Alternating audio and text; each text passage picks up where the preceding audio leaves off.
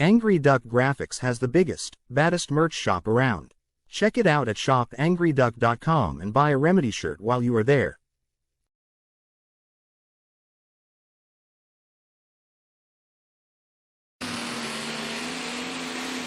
The Outlaw Truck and Tractor Pulling Association is the largest of 3 sanctioned national pulling associations with 16 classes and more than 350 competing vehicles streamed on outlawpulling.tv. Extreme Performance and Tire Cutting in Rock Valley, Iowa gives their customers the most competitive edge possible. Be supreme. Buy Extreme.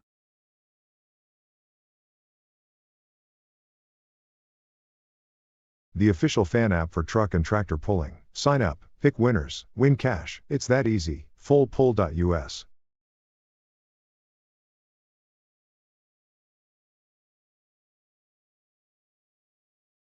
GMS Manufacturing and Machine. Helping you build a superior foundation with top quality parts and service. Give Brent a call today.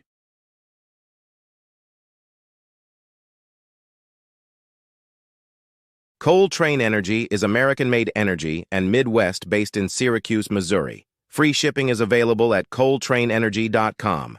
Check out their new flavors online.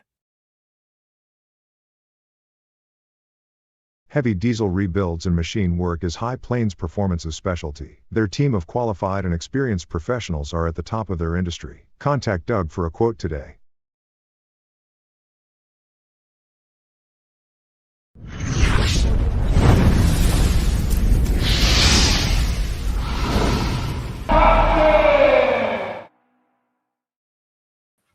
Hi, Mike.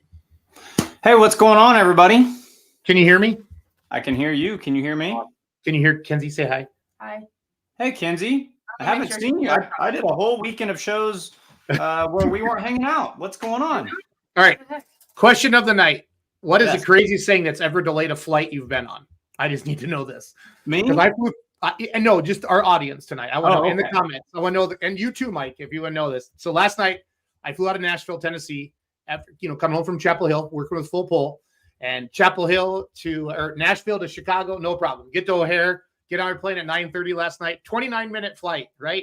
29-minute flight to Madison, Wisconsin. 90 minutes to fix a micro switch in the laboratory. So, Mike, it took me. So when I walked off the plane, I said to the pilots, "Clark, the shitter's full," and he kind of laughed and thought it was funny. So, oh shoot. So anyway, yeah, we have an awesome show for you tonight. We're gonna start out with Kevin Davis from Wayne, Nebraska. This event is gonna be one of those. If it hasn't already, Mike, you don't need to say Nebraska. It's just gonna be we're going to Wayne, right? One of those destinations. Hopefully we'll get him talked into going to 2-day pull in the future as well. Fort Recovery, Ohio, freaking big time, right? 3 sessions. They're coming on at 8:25. Sheldon, Wisconsin, really big pull here in central Wisconsin. They're coming on at 8:45. 9:10. We're going to go to Houston, Minnesota, where they're going to throw a hoedown. No. Houston, how does that go, Kenzie? Houston hoedown. Hoedown. You don't throw a hoedown, Mike. It's more just pick her up afterwards. You just pick her up. Yeah, you throw the hoe down, then you pick her up. That's a really good Region 3 hook. Ken Witt, Mr. Yuck, the Alki Super, that's his hometown pull. So, Jay, we got a whole team going to Fort Recovery this weekend. So it's all good. And then, Mike, we'll kind of wrap it up. I want to talk about Adam Kester driving his dad's tractor Friday night, winning that 15 feet, the last hook of the class.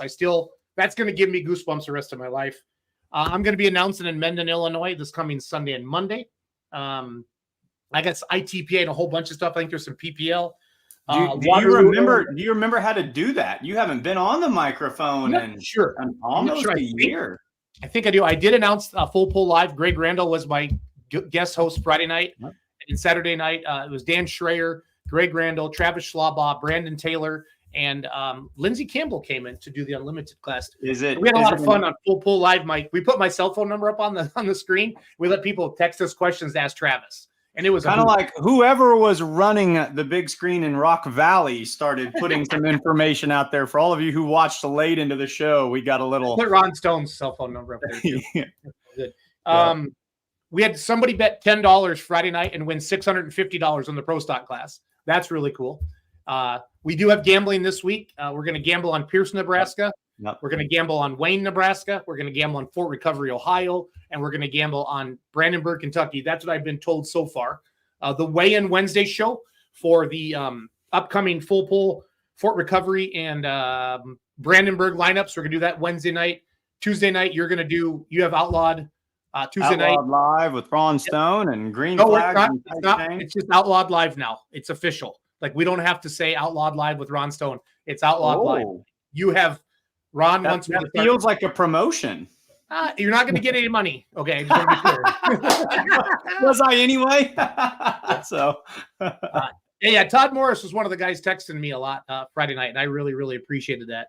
That's been a monkey. I don't want to say a monkey on a back, but that's been a developing story for 5 years. And I think anyone who follows pulling who knows the backstory behind that, wanted that to happen in that vehicle with that driver, knowing what that pull meant to him and knowing what happened there. That on the 5-year anniversary, that's. I won't run the spoiler. we got Kevin in makeup. He still looks like shit, so I'm gonna leave him back there for another minute. Get some more makeup on. Marty Samuelson, good question. Had a flight out of Mesa, Arizona. The latch on a door for luggage above the seats didn't work. The text came. It taped it back up 45 minutes to do the paperwork. Can't wait till Gibbon on August 2nd. Awesome. Yeah, it is. I saw PPL said it's Hell Week.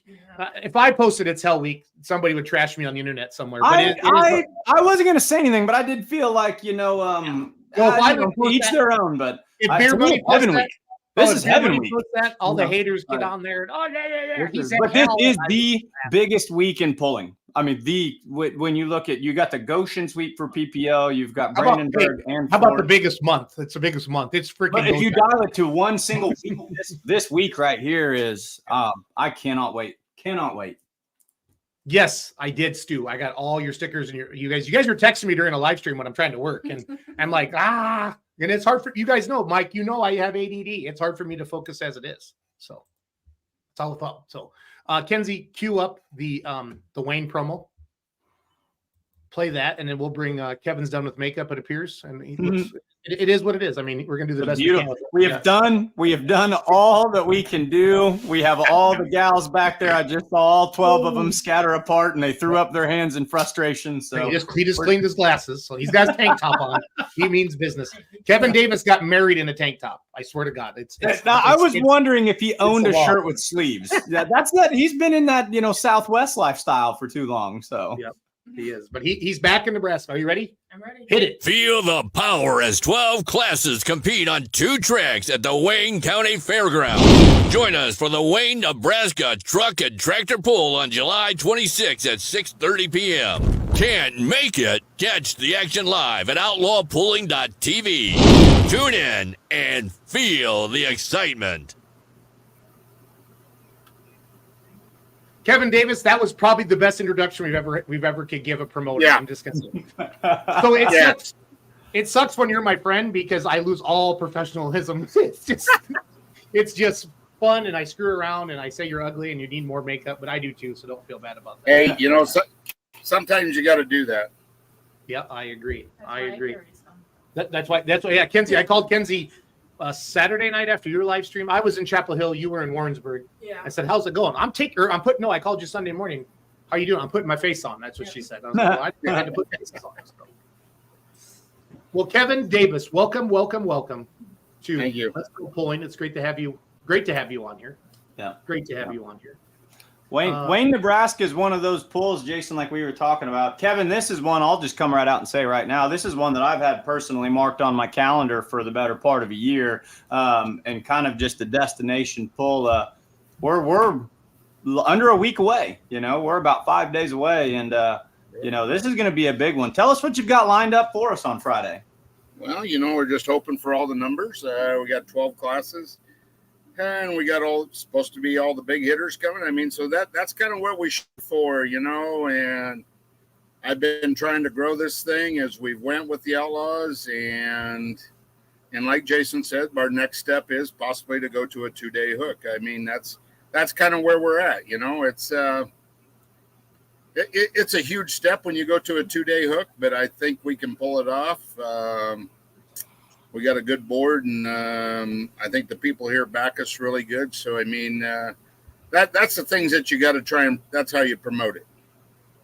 Jason, talk to the fans about the atmosphere out there in Wayne. I know last year we kind of talked a little bit and talked about how Chapel Hill creates an incredibly unique atmosphere. And then a week later you went to Wayne, and I heard you saying this is kind of like the Chapel Hill of the West. It kind of gets a feel to it. It's very electric. What's it like out there pulling in Wayne, Nebraska? So it's super intimate, and that's where because like all the fans are on one side, and then there's two gigantic big screens on each side of the announcer stand. That's the freaking coolest thing I've ever seen. Chapel Hill feels like a football stadium. It's super intimate. It's wrapped around a single track. I never thought a one-track show could be that awesome until I went to Chapel Hill last year. And they bring in the big pros, the minis, the mods, or the minis, the pros, four-wheelers, diesel supers, right? So we got 5 gigantic classes. But guys, that's as far south as like Grand National Pulling goes. So like people come, they're an hour from Nashville, and like some big cities, aren't country. Like Lincoln, Omaha, those are country big cities for you, Kevin. But like Minneapolis isn't necessarily, or Chicago, right? Yeah, you know what I mean. But people wear cowboy boots. I actually like country music now. I hate to admit it. My Uber driver because of Wayne, or because of Chapel Hill. Because of Chapel Hill. My Uber driver yesterday, Nicole. She came and got me in Chapel Hill, and it was $81, but it was well spent, so I could sleep in because my flight was later. And I listened to Country Highway on Sirius Highway. So there's a couple songs, and I usually make fun of people who listen to country music, and I call them mean names. And because I like Motley Crue and Def Leppard, I make fun of Kenzie. But I might listen. I'm not opposed to country music anymore after being in Chapel Hill. Now I was going to go to Kid Rock's bar, but I had my golf clubs with me because I was supposed to play golf Saturday morning. So the Uber driver was going to take me to the airport. I was going to check my bags, and then I was going to go to Kid Rock's bar. And I was going to wear my Beer Money shirt in there, and I was going to be cool. But there was a horrible accident, and then they rerouted traffic, and I just said, you know what? I don't like being late for flights, and I want to get home. And I had to wait for a lavatory micro switch for 90 minutes to get fixed, Kevin. But it's all good. When you watch a Chapel Hill, and I watched it, I mean, it is with a one track, the way it's set up, it is a pretty awesome show, and they kept everything moving. And that's kind of what's awesome when you see people that step up and want to keep that show moving so everybody can move on and go do other things. Yep. What was cool for you, like last year, Kevin, your fair is amazing. Like the food, who's the big feller in the golf cart? It's got the balls hanging on there. What do you call him? Trevor Hartman, spotted pony. The spotted pony. Oh, yeah, no. Mike, I don't know if you believe half the stories that Kevin tells you, but they're all true. I'm just going to tell you. We met at the Outlaw Banquet last year on Friday night, and we sat at the corner of the bar and just swapped stories all night long. And then I came back down at about 1:00 the next day and walked back to the same spot. And Kevin, it looked like he'd never left. He was like there waiting for me, beer in hand, and handed it to me. So no, when you have that type of experience with someone, you start believing the tall tales that you're regaled with. So, but no, and this was my first experience to Wayne last year. But this big brand new grandstand, Mike, I don't know if it holds 5,000, 6,000. It's the whole freaking length of the track. I don't know how tall it is, Mike, but it's just awesome. And those two big screens, that is so cool. It feels like a rock concert. And you got Ron Stone on the mic, and he's just freaking good. He's the man, and the crowd gets into it. And we did that shootout in the 4-1 class, and they had the little traffic parade. Shootouts are awesome. Yeah, it was awesome. I mean, it was just a great event. I know Andersons are doing that again for the 4-1 class. Yep. So it just kicks off a thing, and it's just because you have standalone events and you have fairs, and but this feels like a standalone event at a fair, Mike, if that makes sense. Like I feel like it's bigger. And disrespect to your fair, Kevin, but I feel like this tractor pull is bigger than the fair itself. Like, I don't know if that makes sense. It is. I mean, we're getting the numbers, and that's what all goes into it. I mean, last year we had 11, so we added one more class this year because I got the pro stocks. So I think, by the time you do all this stuff, and but you got to take this and you build it in to how your county fair does. You got a budget you got to work with. So you got to have a budget and where your lines are, so you know what you're doing. And that's kind of my job, to keep everybody where we're at, because we use, just like where you were, Jason, that thing gets used for 4 different things, 4 different venues. So Thursday night we do bull riding, Friday night we do you guys, Saturday night we do a concert, and then Sunday we do a wrecking derby, all right on the same dirt. So that's kind of huge where we can control all that right in one spot. Kevin, where does your passion for pulling come from? And like what? Because being a promoter, it's a pain in the ass. It's a lot of work. We all know that. And I appreciate every promoter that does it. But what's your why? Why, Kevin? Why do you? Because when I was growing up back in the 70s, I loved tractor pulling, and we followed it. They had the small pulls around up like from where Lauren Paulson's at. There used to be a pull there. My dad would take me there. And I just got to know pullers, and I love it. We could just never, Dad and I could just never afford to do it. So, but he took me to all the events and got to know people. And so that's kind of my big passion for trying to grow this sport, because I know it's there. When you look back in the 70s when it was, I mean, my God, guys, I mean, the early 70s. And then you look at where this is at today. This is huge. And so many people don't understand that. That's where my passion is, to get this thing up and bigger to where I can have a 2-day hook here in Wayne, Nebraska, and get all the pullers here so they can actually just come and sit and relax and have a good 2 days is what I want. So that's how that's all kind of built into it. And then when we moved to Arizona, they made a new role for me on the fair board, so that I'm the fair board manager, so that I could still, so I do all the contracts for them, but I take in everything that I do. I mean, the bull riding, the bullfighting, the tractor pull, the concerts, and getting all this stuff lined up, so it's a lot of fun, but it's just like all you guys' jobs. I mean, there's some days you're thinking like, God, I should throw in the towel. But I want to see it grow. Yeah, no, that's all. What would it mean to you to take this to a 2-day pull, and what would it mean to the Outlaws? That's one thing I hear a lot from drivers and whatnot, is what a luxury it is to go to a 2-day or a 2-session hook. And I feel like you're about to kick down the door and be in that realm. So talk to us about what that would mean to you, and the importance of it. To me, Mike, it would be huge, because that's always been a dream of mine. Because my little hometown, Carroll, Nebraska, up the road, they used to be Dennis Goodwin and all them used to come pulling there. That was a pull there from the Iowa boys, when they were pulling, and we went there all the time, and I just loved it. But I mean, if I can grow this in Wayne, Nebraska, a town of 5,000 people, and we get over 5,000 for the tractor pull.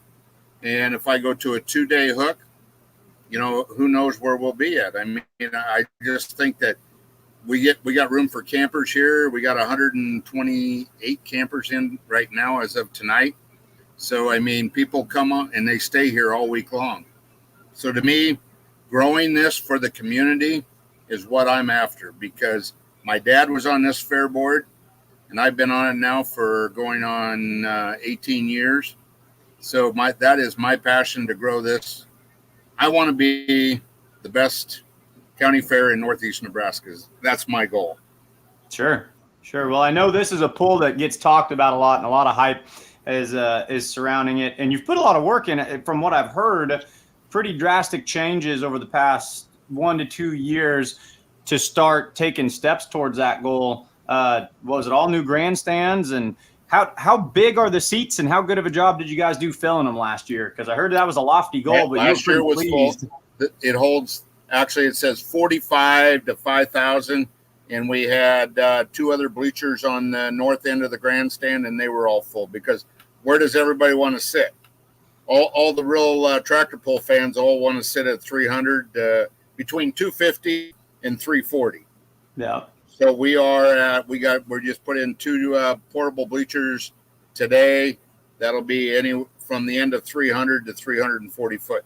And I look for all of them to be full right away. And the whole grandstand, and then down in front of our grandstand, it's 12 foot wide, and they're serving beer down there all the way down through the grandstand so people can have it. in the grandstand. So I mean, it's wide open, handicap accessible.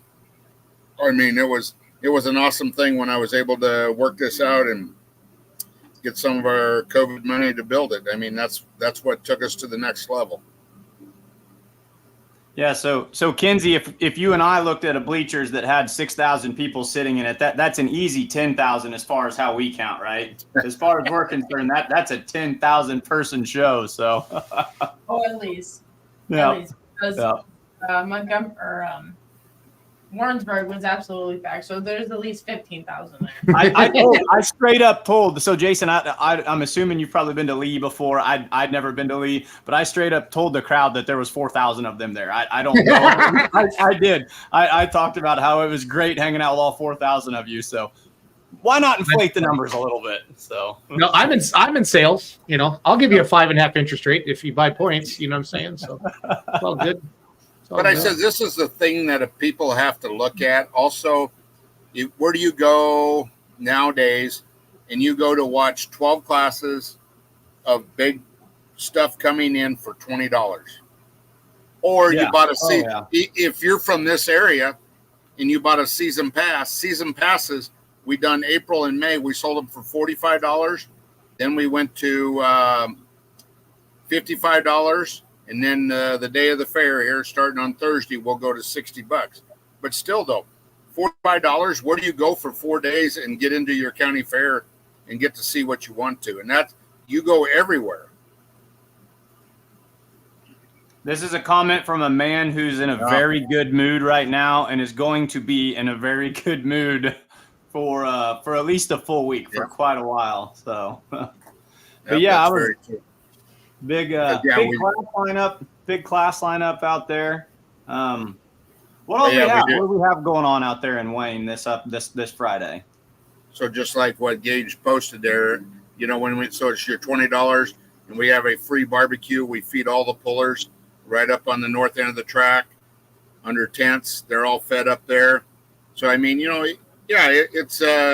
it's barbecued beef and pork, you know, but it's a full meal, whatever anybody wants, you know. So we just appreciate them. You know, it's just kind of giving a little thanks back to them. So that's kind of what we always done. And that's kind of a little bit of our hospitality to thank everybody for coming. Yeah. No, it's an amazing event. I really hope. I hate to jinx it, but how's the weather looking? I haven't had a chance to look yet, Kev. We're looking good. I mean, we're going to be, I don't think it's going to be quite as bad as last year, Jason, but we're going to be in the mid 80s. It looks like we've dodged all the rain now, so we'll be good. We worked the track today. We had some wet spots, got them pretty much taken care of. So got all that done. So we should be good to go. Mike, I ran the roaming camera at the start line last year, and I think I lost 27 pounds that night. But I needed to, so I'm not. That was your singular diet. You know, you said you had a big weight loss last year. You know, that was we talked about this. You can't lose weight without finding it somewhere. So you know where you lost it. It's waiting for you out there in Wayne. So if you're wanting to put it back on, it's out there in Wayne waiting for you. Yeah, well, I found it over this winter, so don't worry. We're good. it was in storage. It was hot, I'll tell you that. Without a doubt. Well, Ken, we're going to wrap up here. We're going to move on. But thanks for coming on tonight. You bet. It's going to be a fantastic weekend. I hope you fill those grandstands up. I'm sure you will. And you bust your ass for that fair. Yeah. And I know you're super passionate about it. You're very, very passionate. We have a lot of conversations offline. And and that's what it takes to make, you're always looking for the next thing. The best promoters I see them at other big events going, what can I take from these guys to take it back to my event? And I know and you're one of those guys. And I think that's pretty cool. So yeah, you got to pull something from somebody else and kind of tag it in somewhere on yours, what you can change to make it better. Because one thing we are doing this year, I'm putting Mike Dunklow's tractor on the track and Rod Deck's tractor on the track. And Ron's going to give a little prayer over the deal because both of them pullers from Wayne County, and they've pulled here for years. Pullers we've lost, and their tractors are still here. So, and then with all the pullers that we've lost over the year with the Outlaws, I mean, it gets to be a lot of them. But where these two guys were right here, I think I kind of wanted to do that this year. So I'm going to have both tractors, one coming on the starting line and one at the 300 and come to center right there. And then Ron will give a little prayer and then we'll do the national anthem. Awesome. I love what you're doing, Kevin. So you have a good night. We'll see you soon, buddy. All right. See you guys. Thanks. Yeah, Kevin. Thanks, Kevin. Kevin Davis, Wayne, Nebraska. We're going to switch gears now. We're going to head east to Fort Recovery, Ohio. And we're going to play a couple of our commercials. But seriously, Outlaw fans or anybody out in that Northwest Iowa, what did he say? It's that corner of Nebraska, Northeast Nebraska, Northwest Nebraska, Iowa. South Northwest Iowa. It's a good one. Whatever. It's freaking just I-29. I-29. If you're around I-29. Google it. Don't be a ding dong. Google it. So, all right. I got Fort Recovery and Makeup. They're back there. I see some. I think they're gonna chug a beer quick, and then I'll bring them on live. So, Kenzie, do what you do, and I gotta do what I do. And here we go. Conventional combine concaves cause damage to small grains and contribute to significant crop loss over time. Luckily, Bauer-built concaves has perfected the design for John Deere and Case IH equipment. Call them today.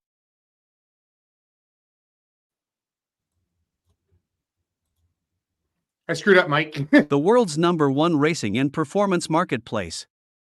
Cars, parts, antiques, trailers, and so much more. RacingJunk.com. Contact Corsa today and ask about their Pullers packages that give you all the information you need to know about your engine. Get your $25 bonus at Full Pull Picks by using promo code BEERMO. Deposit a minimum of $5 and make your picks at fullpull.us today. You're supposed to hit it when I say hit it. You don't yell at me, friends. There are promoters. They pay us to do this. No, play the video. Where's it at? Mike, this happens every day. It's train wreck here at Beer Money Pulling Team headquarters. Did you say that you messed up? There's a first time for everything, Jason Schultz. Oh, geez. It's every 5 minutes.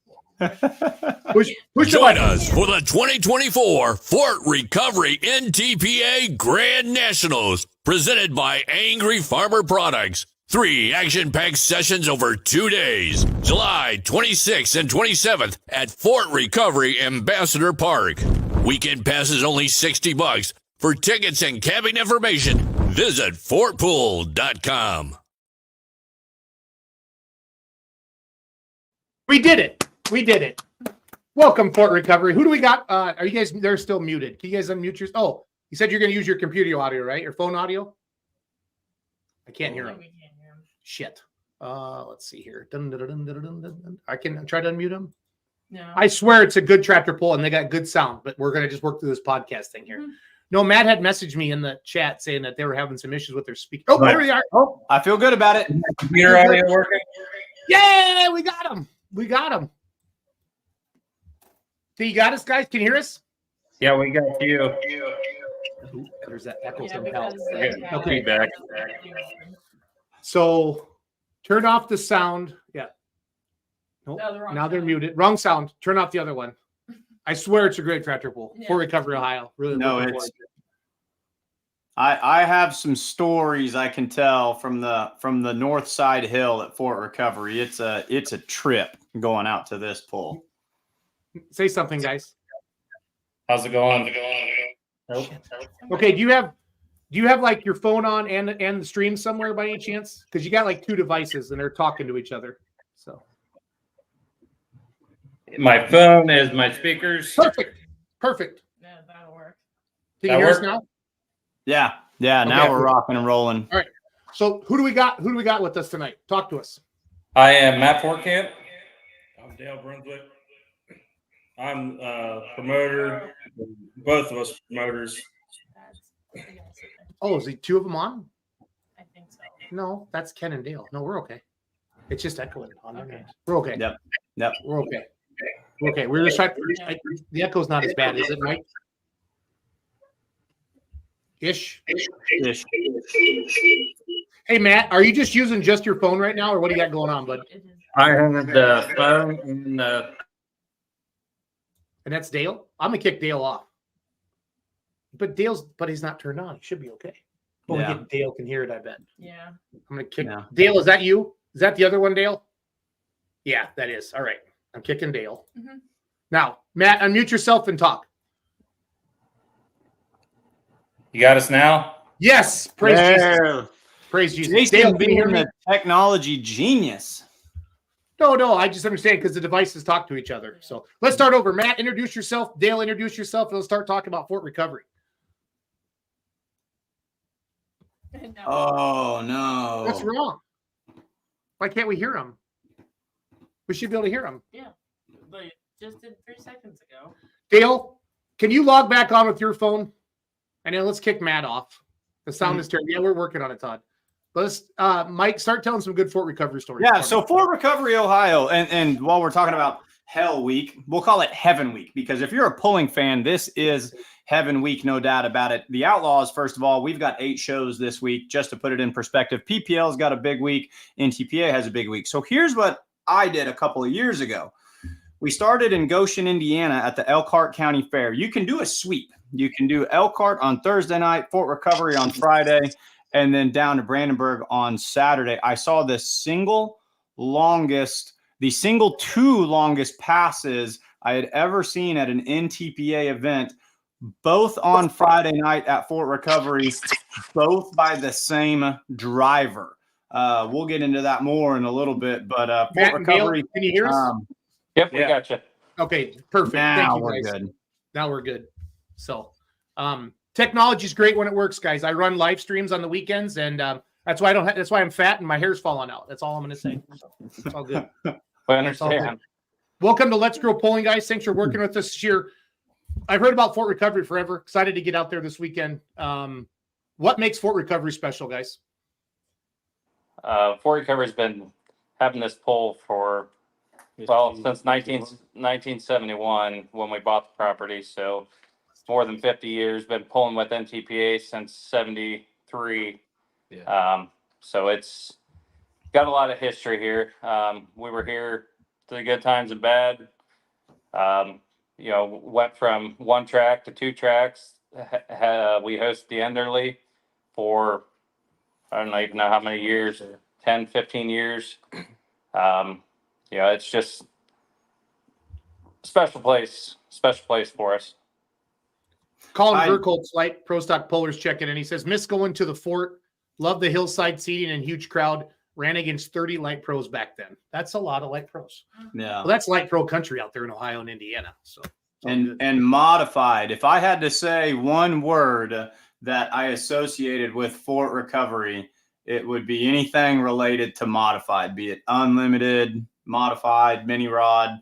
That's a track and a place that just attracts 10,000 plus horsepower. Would you guys speak to that as well? Would you say that the modified is kind of the bread and butter and the cornerstone of that show and has been for a long time? Yeah, absolutely. That's they come out. We made good friends with these guys, that come out. Enjoy all of them, talking to them. Those guys, they put on such a great show. The crowd sticks around for them. It doesn't matter. We have rain, got to work on the track, whatever. It doesn't matter if it's 12:30, 1 o'clock. The crowd sticks around. They want to see. They want to see it happen.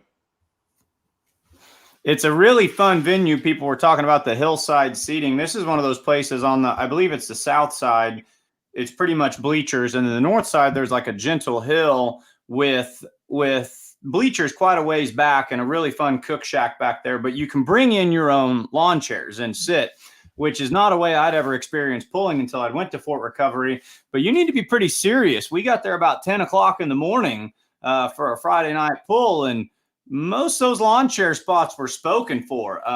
How early and how often do people get out there to start claiming their spot on that party hill on that north side of the track? Oh, our campers, we get a lot of campers come here, and a lot of times they're setting up staking their claims, Wednesday? Yeah, Wednesday, especially Thursday. Thursday is really, really a big day, but as far as if you want to be sitting at the finish line, the full pull area, you better be out here Tuesday, Wednesday to stake your claim. Otherwise, you're moving back a little bit. It makes for a fun atmosphere because when you can sit right there in your own selected lawn chair and seats, you end up being best friends with the people that you're sitting with, and it's almost a miniature Bowling Green because they like to indulge over there on that side, and things can get pretty fun. Lessons. I had a sleepy Saturday morning after Fort Recovery after some lessons learned the hard way. You guys in Western Ohio know how to get it done, but it's a great show on the track too. So what keeps the pullers coming year after year? We always get compliments on the track. How it's always, year after year, it's, everyone says, man, this is a power track. You better drop her down a gear. We hear that all the time. We've been working on the venue itself, putting up new restroom, showers, revamping stuff. We got done redoing our lunch stands. I mean, we're really pushing to try and get things updated around here. Yeah. The talking about the lunch stands, it and Chapel Hill have some of the most unique ways for the fans to feed themselves. I didn't make it to the south side, but if you are on that hillside seating, you've got this really old school, almost a pavilion, and it's kind of like a cafeteria style. You go through there and you're just telling them how many brats you want and how many this and that, and then it's kind of just a general assumption of how many beers you're taking with you back to your seat. I noticed when you get towards the end of it there, they give you like a sack full of ice, and you just tell them the brand, and you can tell them if you want it more than 6 or right at 6. And that seemed like it was that kind of a part of the atmosphere you guys have going on out there. Is that like a traditional spot where you serve the food and the beer? Yeah, typically our hillside sells quite a bit more of the beer than we do on the grandstand side. That's like you said, that's more of the party side where people cut loose a little more. And not that there's families and stuff out there having fun too, but that's where it seems like a little more of the campground goers that are here for a good time. Yeah. You said you've been running with NTPA since 1973. I'd had this kind of guessed in my head. I texted Dan Mayer before we came on the show. I assumed he was the man that would know something like this. I feel like this might be the oldest continuously running NTPA sanctioned pull on NTPA's schedule. Do you guys know if that holds true? If you've been NTPA since 1973, I'm going to guess that's going to make you guys about the oldest pull on their schedule. I'm not sure. I don't know as far as if other venues have been with NTPA, then dropped and went back with them. I'm not sure. And I know Bowling Green had their 50th anniversary a few years back when I was up there. But, we like to get around and see different polls too. But as far as I'm not sure on that. When I was at Bowling Green, I met several blue shirts, volunteers from Bowling Green. Or when I was at Fort Recovery, I met several volunteer workers from Bowling Green. Are those two polls pretty close to each other? And do you guys kind of help each other out a little bit in the middle of the summer? It's about 2 hours away to get to Bowling Green. I mean, there's some we run into here as fans, just like we go up there as fans. Sure.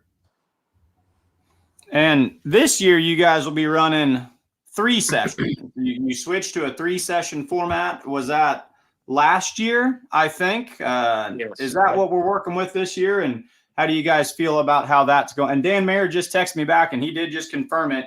Fort Recovery is the oldest. It's not the oldest pull on the NTPA schedule, but it is the oldest continuously sanctioned with NTPA. So you guys do hold that honor. How do you like the 3-session setup? Was that a success last year?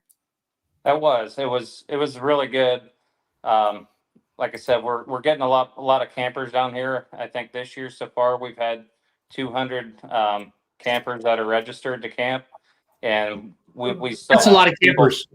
That's a lot of campers, guys. That is a lot of campers. Yes, it's a lot of fun. Camping equals fun. So, yes, and so they've been asking for years for something to do in the afternoon. So that afternoon, Saturday afternoon session has really worked out well. Giving the campers something to do, it brings in the community, spectators. earlier in the day. They get to walk around the pits in between the two sessions. I think it really worked out well for us. Even people driving further away, they can come on Saturday and make more of the drive better. They're here longer. Well, and I think you guys do something kind of neat. You run a Grand National pull, but you sprinkle in some regional national classes alongside of it. So by going to a 3-session pull, it's going to kind of allow you to highlight each of those and kind of give each of them their own stage. Basically, you have a lot of hooks you're wanting to get to, and by splitting it from 2 to 3, it's going to allow that to run smoothly and efficiently. So they say, daytime shows, people always cross their fingers. Did you have good turnouts for that, and you felt pleased with how that one did?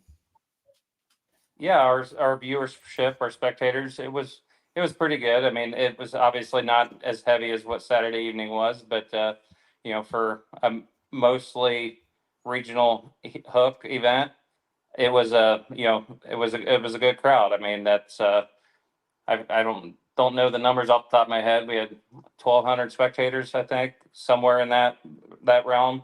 I think it worked out really well for us. So it's nice because like the light pros, like you said, we have a lot of local light pros that like to come out. The modifieds, the limited pros, the limited pros. We've got a lot of local guys that they're within a half-hour drive of us. So that's where we keep those classes to help support our local people too. Who are some sponsors, Matt and Dale, that help make this happen for you guys? Molenkamp Ag Services, Hall Brothers, Trueland Equipment. That's Trueland is a John Deere dealership in the area. Hall Brothers is the Case IH dealership. K&L is the New Holland dealership, and they do Claus choppers and Claus equipment as well. Bobcat of Mercer. The list goes on and on. I don't have them all off the top of my head, but it's a lot. Obviously Angry Farmers are Angry main Farmers sponsor. Yep, he's our title sponsor. Todd Dugan's a good dude. He is very good guy. Stockler Concrete. They always bring their one of their pump trucks out, and they'll set it up at the finish line right past it, hang a giant American flag off of it. So that's always neat. Premier Crop Insurance out of Ansonia, the Bargy boys. Yeah. So just like I said, a lot of good sponsors. I know I'm missing some. I apologize, but it's we get a lot of help from our local community. That's for sure. Do you guys what big town? How big is Fort? The town of Fort Recovery? 1,600 people. Sure. One stoplight. Yeah. Yeah. They're putting in the second one this week. So what's the biggest close town? Guys? Cincy or Dayton? Dayton, you're about an hour and a half. Lima, Ohio's you're an hour. Yeah. Like I said, Bowling Green's 2 hours north of us. How far is Indianapolis? You guys are right on. I mean, Indiana is like at the end of the track, it feels like. Yeah. You're right on the Indiana line. Yeah. Indy's about 2 hours from us. So from Fort Recovery, you're about an hour and 10 minutes to Dayton, hour to Lima, hour to Fort Wayne, 45 minutes to Muncie. We're pretty much centrally located between those four. And then beyond that, like Bowling Green's 2 hours, Columbus is 2 hours, Cincinnati's 3 hours, Indy's 2 hours, Toledo 2.5. So yeah. So if the town's got 1,500 people in it, how many people are in? Do you notice that? So that's a small town with a big pull, a historic pull. I mean, really, this is one of the more historic NTPA pulls. How does it feel like the town is bursting at the seams during pull weekend? You definitely notice a lot more traffic, that's for sure. You get the Fort Recovery traffic jam right down there on the outskirts of town at Ambassador Park. Yeah, that's for sure. Matt and Dale, we're going to let you go here in a minute. Matt and Dale, I'm going to let you go here in a minute, but I want to ask you 2 questions. What local puller is this as their hometown pull? Chris Shoemaker, Ron and Derek Bargy, family. Todd Seacrest. Yeah, 2-wheel drive. He's Salina. Those are the 3 main ones off the top of our head. And then what is your Grand National? Dale, what is your why? Why do you do this? It's a lot of work. Oh, it's just need something to do as far as, put my time into the community.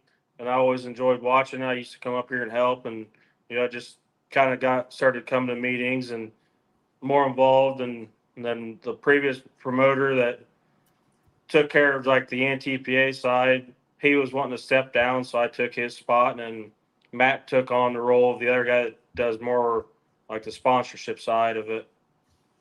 So we kind of split the roles up a little bit. Nice. And then Matt, you're more focused on sponsorship then? I am try and work with the people that it makes sense. If our event can help them out, I'm all about it. I'm not gonna go knock on everyone's door. That if I don't feel like that it's gonna benefit them, I don't feel there's a good reason for them to be a sponsor. We're not begging for money. We're trying to help out the community, and if it doesn't help the community member out, there's no reason to be asking them for a sponsorship or anything like that.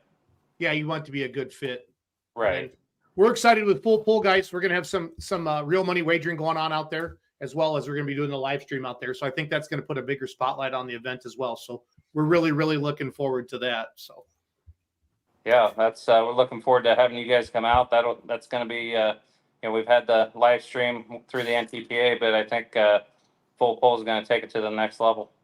Yeah, we're off to a good start. I would say that Benson, North Carolina, we all wanted to kill ourselves Friday night, and then but it's gotten way better since then. And if you watch Chapel Hill Saturday night, we're pretty proud of what we were able to knock out of the park there on Saturday night.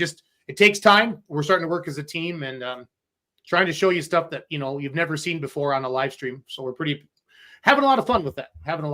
We're really looking forward to Fort Recovery. I think the guys are to start heading up Wednesday, and then the rest of us will start rolling in Thursday and Friday. So it's gonna be fun.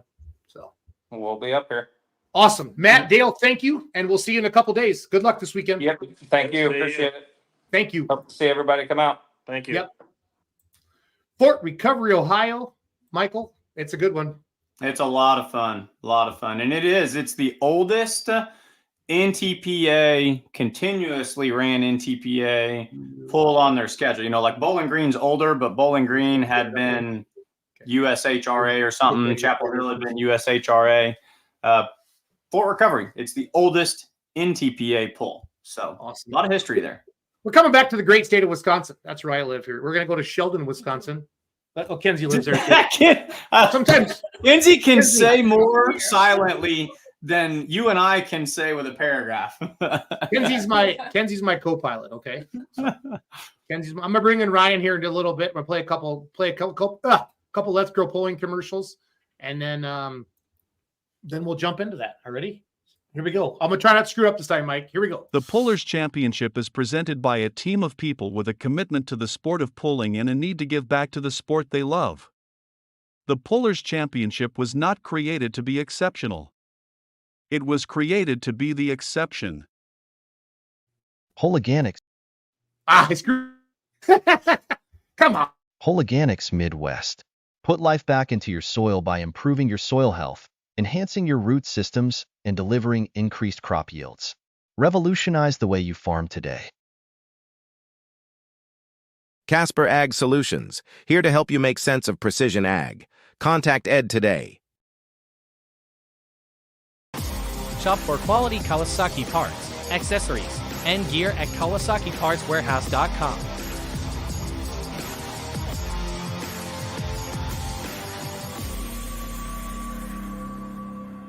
Join us for the second annual Sheldon Fire Department Truck and Tractor Pull on July 26th and 27th. The Western Wisconsin Truck Pullers take the stage on Friday, followed by the Mid-State Pullers of Wisconsin on Saturday. Don't miss out on the action-packed thrills of roaring engines and fierce competition. Admission is just $10 for both nights. Mark your calendars and be there to experience the excitement. See you at the Sheldon Fairgrounds. Ryan, can you hear us, buddy? I can, yep. Welcome. How's the weather looking for this weekend? I just looked today. It looks like it's going to be sunny. I don't think there's any rain in the forecast, so it should be good.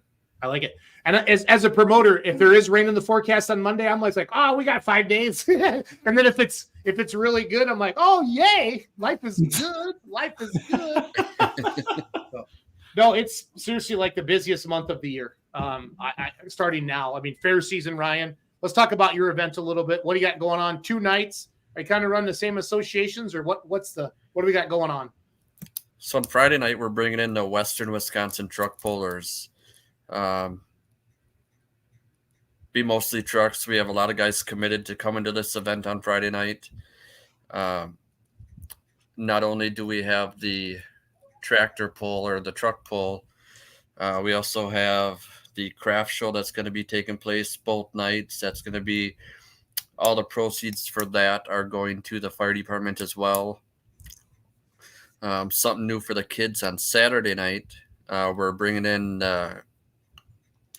kiddie tractor pull for the kids to get a chance to compete, maybe go to state. Well, that's pretty cool. So the fire department, this is a big fundraiser for the fire department, right, Ryan? Like they make this baby happen? Absolutely. It's our biggest. We do about 4 fundraisers a year, and this is by far the biggest. Yep. Awesome. I love it when charities get involved. I was just down in Chapel Hill last week, and the Lions Club do that. I don't know how else you could get volunteers nowadays, Ryan. To be honest with you, I think even with your fire department, it's probably still hard to get everything staffed up. There's a lot of stuff going on in 2 days, buddy. I think that is a cool, stressful thing. So,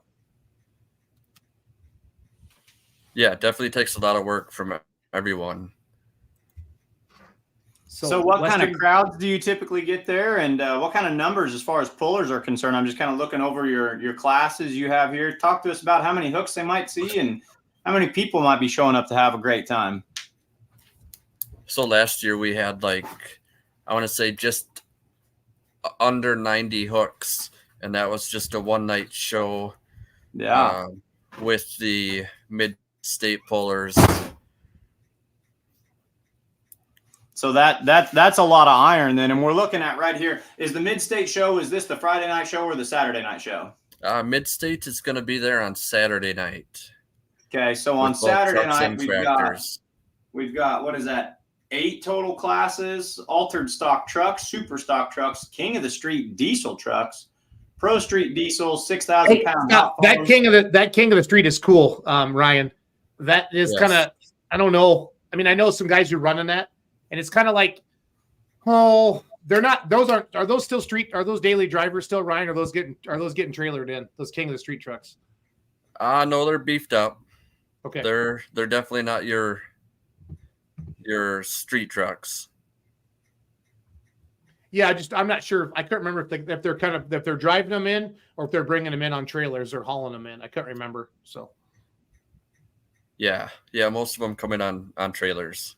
That's what I figured. Mm-hmm. So they're probably bigger than 2.6. It's kind of run what you brung, Mike, is what I'm trying to say. It's a lot. But are they street legal, or are we exclusive?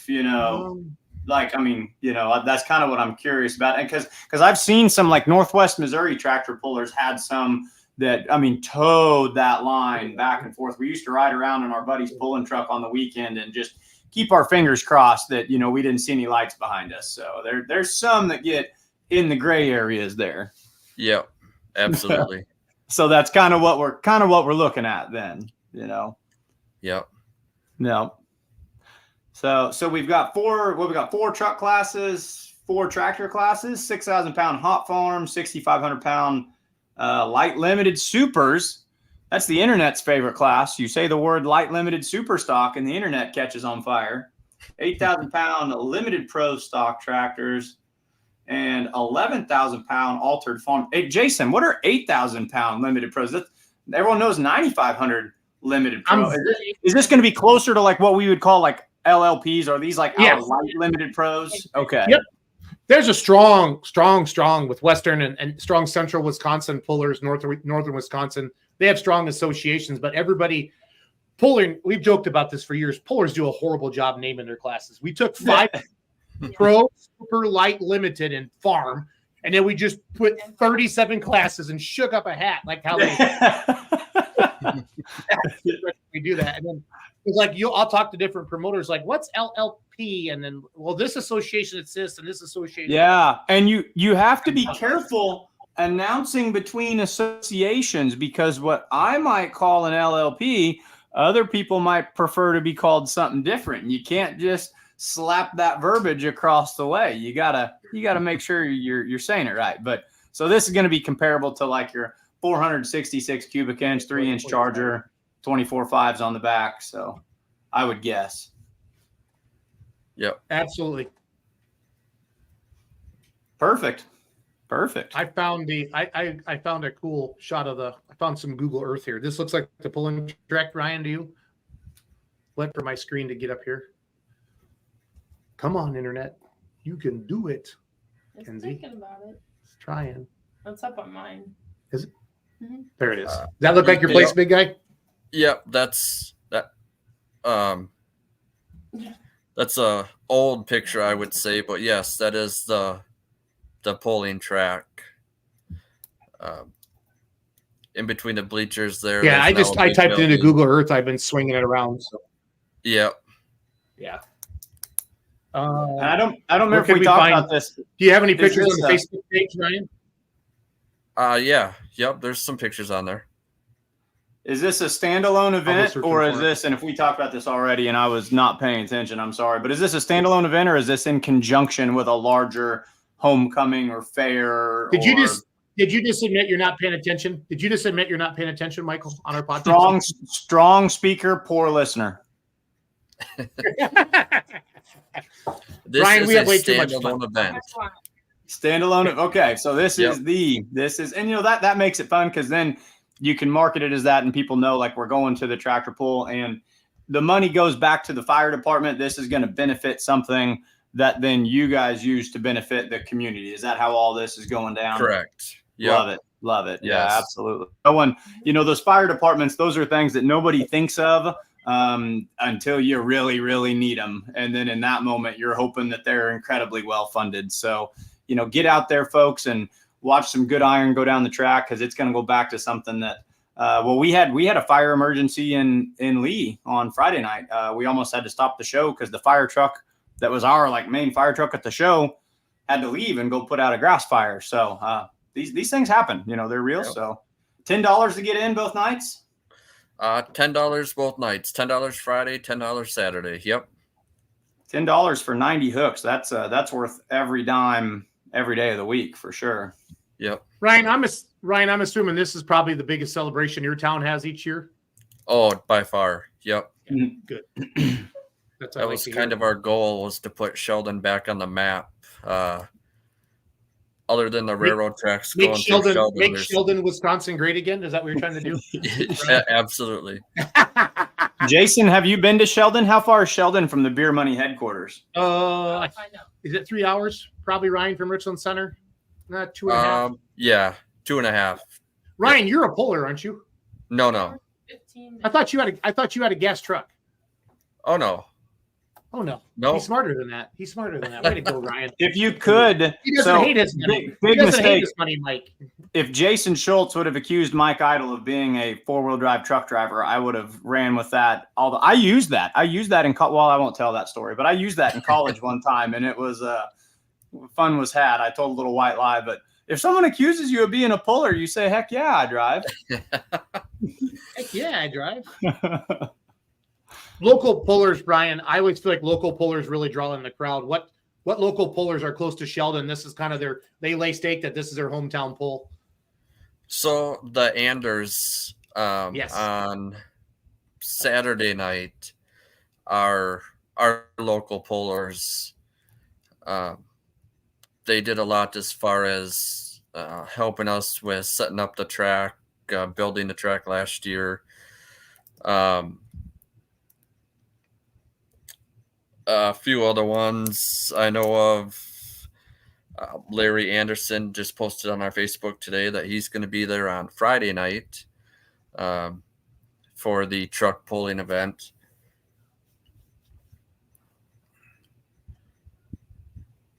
And this is a Friday and a Saturday night show, but different organizations each session. Is that right?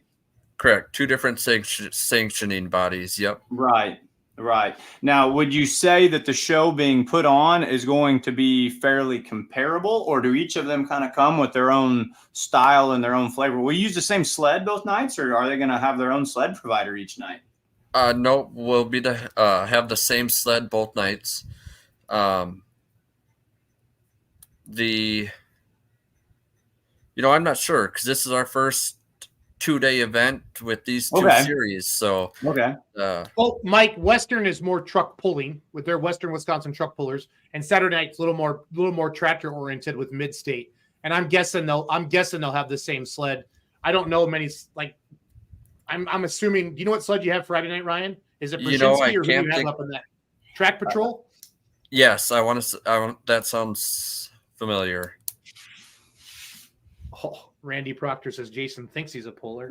No, I own a tractor. It doesn't mean I'm a puller. I own a tractor. You drove it this year, Jason. I drove it to the starting line, and I didn't even get to the starting line because I had starter issues. So I'm going to stick to just running live streams and promoting pulls, letting my dad and them drive it. So Michelle said, "Yeah, it's Track Patrol. I'm sure you'll have them both nights." Yeah, and they do a good job. They do a good job. Absolutely. Any big sponsors that you want to thank? Yeah, man, we have so much support from the community, and not only our close community, but near and far. Beal Transport from Sheldon Corner Store, Scabrod's Grocery Store, Chippewa Valley Mechanical, Full Throttle Dairy, River Country Co-op, and Close Farms are some of the bigger sponsors. There's a long list I could go down. We appreciate each and every one of our sponsors that help put this show on. Obviously, without the sponsors, there wouldn't be a show. We wouldn't be able to do this. So we're very thankful for all the sponsors that jump on board. What made you guys think to go to a 2-day show like this, Ryan? Because that's a lot of work, buddy. But it's also kind of makes sense. We're set up. Let's see if we can party both nights in a row, or what's the story? We're living by the saying, go big or go home. Yes. Don't be a pussy. Don't be a pussy.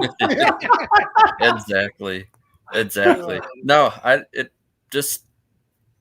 we talked about it and thought that, you know what, we did it. Our first year was such a success that maybe we can do that 2 days this year, and we'll see how it goes. I like it. Friday night, with 2 associations, you'll kind of almost trade your crowd a little bit and trade all your pullers in. Don't freak out about Friday night. Friday night crowds are tougher to get. I see it everywhere I go because people got to get off of work and they got to get there. A lot of times it'll fill in as the night goes on. But if you have a nice Friday night crowd and your announcer says, "Hey, let everybody know we're going to be back here tomorrow night," hit your social media hard, you can really make it standing room only Saturday night, Ryan. That's kind of my experience with all that. So, yeah, absolutely. Last year was so amazing. The feedback we got from all the spectators, we just could not believe how good the first year was, and we're hoping this year's even better. Good stuff. Well, anybody you want to thank here tonight, Ryan, before we let you go, or anything? Any other? Do we miss anything? Got y'all covered? No, I think that's about it. We got our craft show, like I said.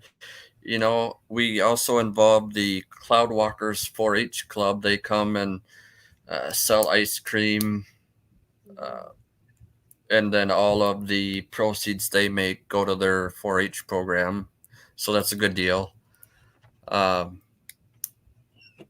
Also new this year is we're having a beer garden. We didn't have that the first year, but this year we made it work, and that's going to be something new. Otherwise, just a huge thank you to all the members of the department. Like you guys said earlier, this doesn't just happen overnight and get put together by one person. It definitely takes the whole crew. Oh, yeah. What time showtime both nights? One final time for everyone listening. On Friday, the show starts at 7 o'clock, and on Saturday, it starts at 6 o'clock. Okay, so Sheldon, Wisconsin, benefiting the fire department. 7 o'clock on Friday, the Western Wisconsin Truck Pullers. Yep. And then 6 o'clock Saturday evening is the, tell me again, the Tri or Mid-State Pullers of Wisconsin. Mid-State Pullers of Wisconsin. You can buy ice cream that's going to support the 4-H kids, and fresh into town this year, a brand new beer garden. You can't beat that. That's excellent. Hey, Ryan, what's your favorite food to eat there at your event? I'm going to have to go with a hamburger from Lumpy's Burger Shack. Okay. All right, stop. Lumpy's Burger Shack. I was going to say, you don't need to even tell me I was gonna another let you go. Ken Whitson makeup. We're going to throw some hose down in Houston here in a little bit. Yeah, he just gave me the thumbs up. Tell me about Lumpy, Ryan. So he's one of our assistant What's it called, chiefs. Ryan? Lumpy's what? Lumpy's Burger Shack. Google Lumpy's Burger Shack. We got to give him a shout out. So he's assistant chief on the fire department, and why is he lumpy? Is he a big feller? Is he a big feller, Ryan? Lumpy? Nah. I mean, you don't want to call him fat on air, but I mean, I'm 270. I'm a big fella. I'm overweight. I sweat easy. But everybody calls me Schultz. That's my last name. But I don't know, Lumpy. How do you get a nickname, Lumpy? A lot of them start getting drunk with your friends, Tuma. That happens a lot. I've noticed. That's where nicknames come from. Then they kind of stick. So, sorry. Back to you, Ryan. Tell us about Lumpy. So the food stand that we have down at the fairgrounds, we call it Lumpy's Burger Shack. He does all the food for. We also hold 2 mud bogs, and then the truck and tractor pulls. That's where all the food is cooked. Not quite sure how they come up with Lumpy's Burger Shack. That was before my time, but definitely makes some delicious food. Well, Ryan, that's your homework this weekend. I need to know why it's Lumpy's Burger Shack. Okay? Did you find them on the web at all? Are they from Eagle River? Oh no, this is just So there's another place called Lumpy's Bar and Grill that's in Eagle River. Yeah, but that's Bar and Grill. The Burger Shack. If you're gonna nothing to take away from the Bar and Grill place, I'm sure that's wonderful. But if you're gonna start with Lumpy's, Burger Shack has to be what follows that. Like that's I'm not going to the Bar and Grill. I'm going to the Burger Shack. That's right. Yeah, it's not a restaurant or nothing like that. We only use it, like I said, for our special events and do amazing cooking and delicious food. I love it. Ryan, thanks for working with us this year. I hope we put a bigger spotlight on your event. I hope you fill that place up Friday night and Saturday night, big guy. So, all right. Thank you for having me. I appreciate all you guys do. Yep. Take care, buddy. Thanks. You too. Lumpy's Burger Shack, Mike. I'm gonna ask Whit if they have like a Houston Ho Throwdown kind of a deal. Yeah. So we used to promote Churn and Dirt, and I used to hate Houston, Minnesota, because it was on the same Saturday as ours in Richland Center. But I just hated that. And Whit's just pointing at me in the background. What people don't realize is, like, I wanted to have the Badger State pull because I had a hot farm and I pulled Badger State. That was the only open weekend, and it sucks, Mike. Like, remember when Rock Valley and Rockwell were on top of each other? Yes. And they got up? Yes. What people don't realize is, like, these dates are set, and it's hard. But Houston, they have a freaking huge crowd, and they do a good job, and they have a hell of a pull. I don't know if Mr. Yuck's going to get out. We'll ask Ken there in just a second. But we used to have, so it was Churning Dirt. That was what was my event, Mike, that I got started here in Richland Center. And because I ran the creamery for my in-laws and we made butter. So instead of churning butter, I said, we're going to churn some dirt. And then we had a dirt burger, which was a triple cheeseburger. And it was like $10, Mike. And it was, I'm in the Knights of Columbus. And that's how we got all our things going. And we called it the dirt burger. That was kind of our thing.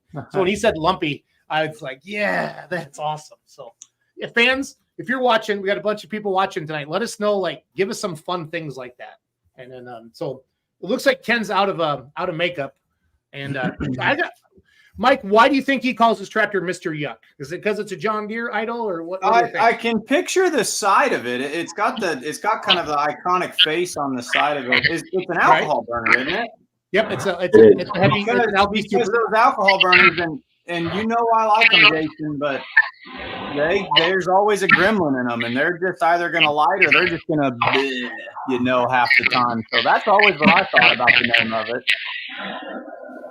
Are we close, Ken? Is that why we call it Mr. Yuck? You're close. You're close. There's several things that went into effect on that, and it's just one, the old poison sticker. I'm old. Back when I was in grade school in the 80s, we got sent home with these little poison Mr. Yuck stickers, and they stuck them on every poison jug or something underneath, and it was a sticker that every kid that age took home with them, and they kind of stuck with us. And then also, we ran the Mr. Yuck as a diesel for I think around 2-3 seasons, and we knew we were going to the alcohol.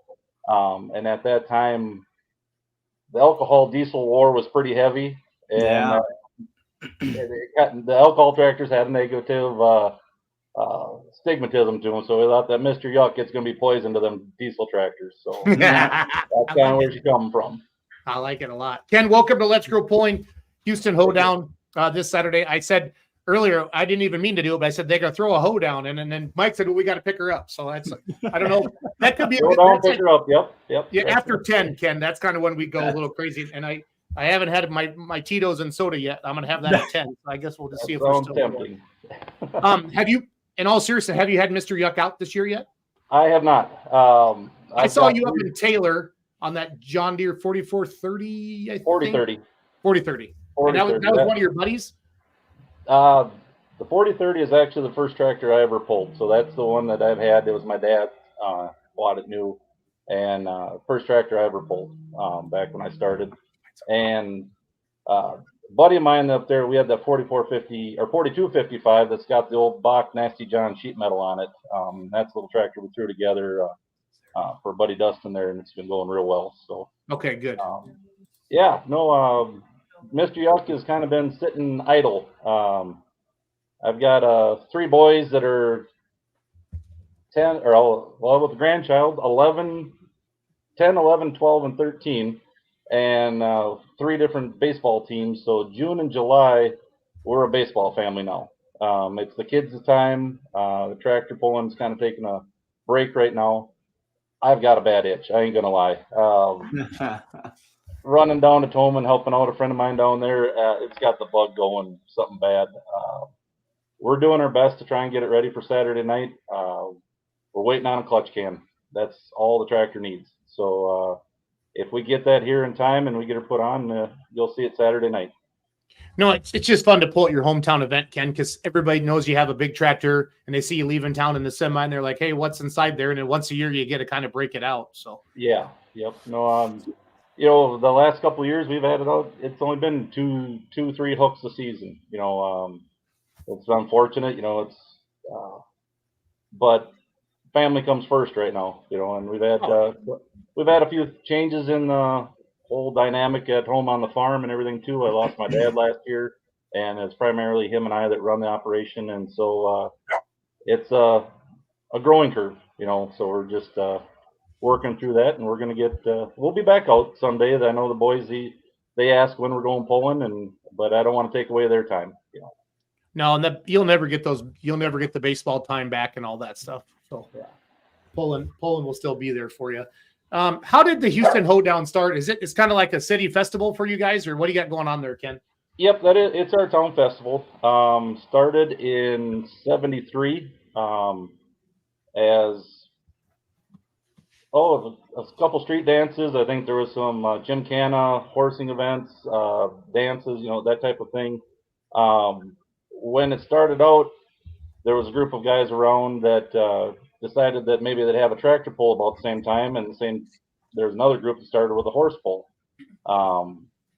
Everything kind of meshed back together, and 50 years later, we're still going strong with horse pulls, tractor pulls, and dances and parties. So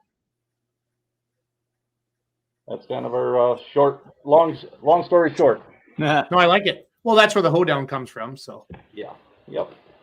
Yeah, and it's it's there's a lot of volunteers. I mean, I've been on the board now this is my 29th year being on the Hoedown board. We have one gentleman that's on right now. He's been on since day one.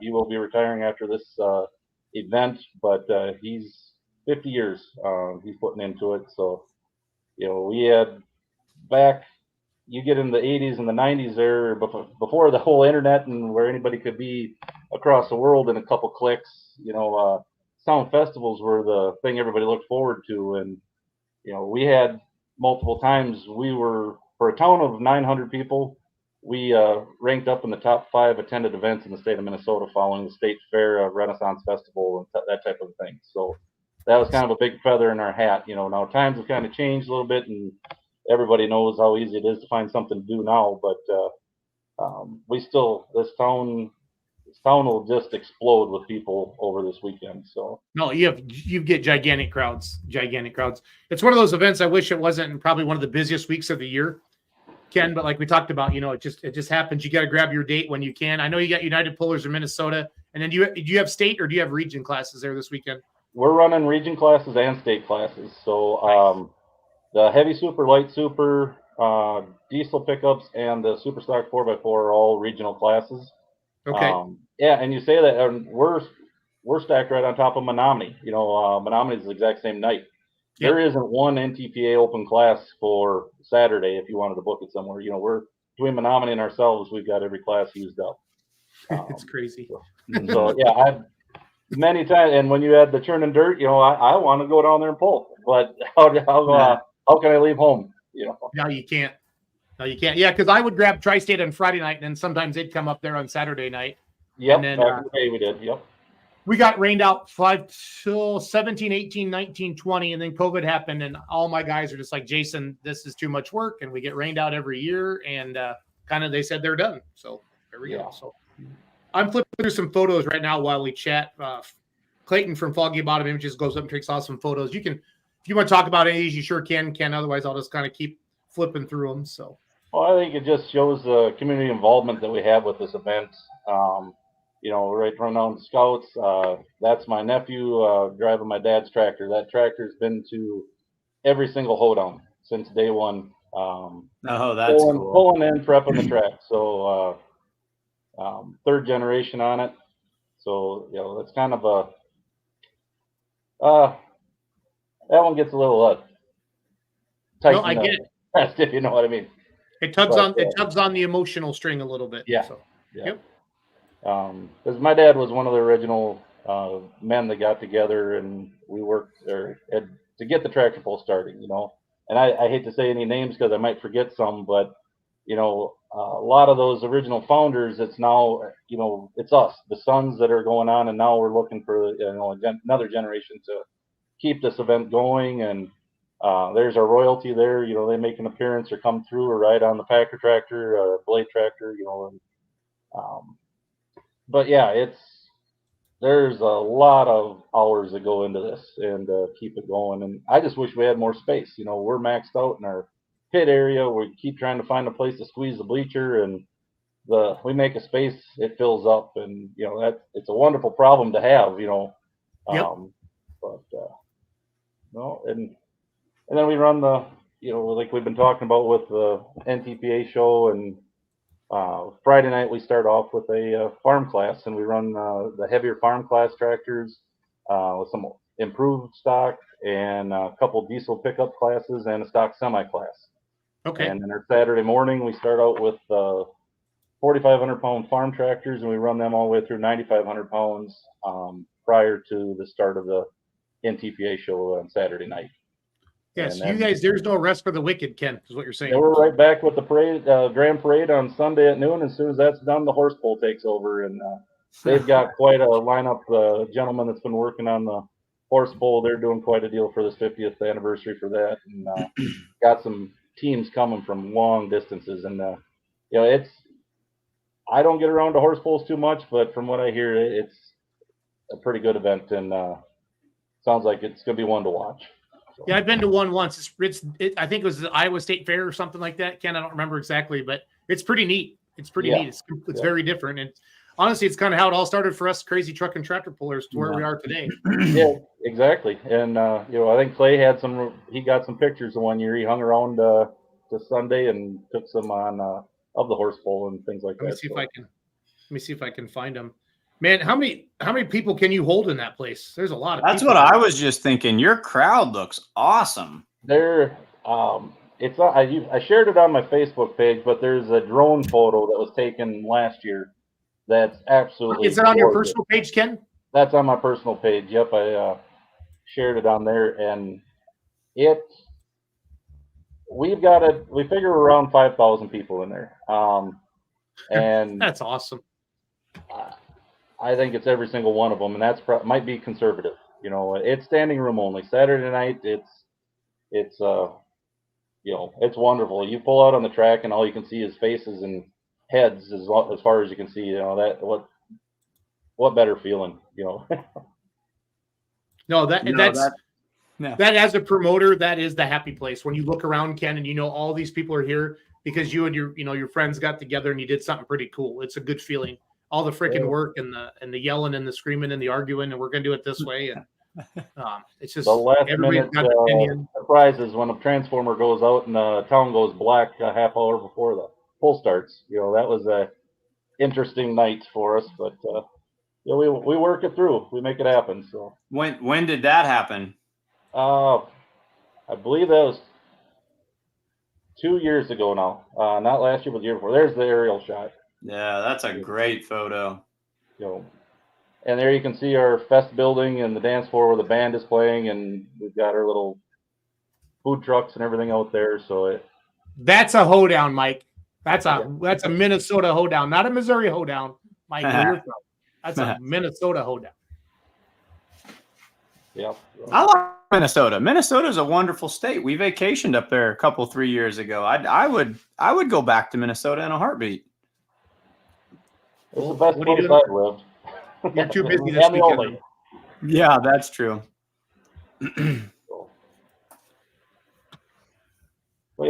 Wick joining us, promoter of the Houston Hoedown this weekend. So Friday night's kind of farm classes and some local stuff. Saturday morning, you said garden tractors? Nope. It's more of the antique and lighter farm stock. Gotcha. It's a pace pull, 4,500 pounds or 9,500. Then we run a couple lighter, improved, or open classes, if you will, depending where you're coming from. Do your kids do you have any tractors for your kids to pull during the day, Saturday or Friday night? Actually, my oldest is 13 this year, so it'll be his first year trying it this year at Hoedown, and he'll be on that 40-30 you saw up in Taylor. Okay, great. Here's the horse pull here. So found some pictures on Clayton's Facebook page. Pretty cool. Yeah. I want to see the sled. It's got a bunch of cinder blocks on it. There it is. It's kind of more of, now I'm not into it or know exactly how the rules work and everything, but it's you've seen these dead weight tractor pulls too, where they weight a sled up and you got to move it so far and get so many chances to do it. It's kind of that premises. Gotcha. Yeah, I've been to one. It's not farthest distance wins. It's like you have to move the sled 10 feet. And then it's like a high jump at like a track meet. Like if you move it 10 feet, then they're going to add, 100 pounds. Can you do it again? Add another, et cetera, et cetera, et cetera. So how many times how heavy is the sled when you move it to the required distance or whatever? So it's more like powerlifting, Michael. I avoid lifting weights of any kind. I love this guy. Long time ago for me as well. Yeah. I did push-ups once. Just once. So I was told, however, and this could be one of those Missouri Mike stories.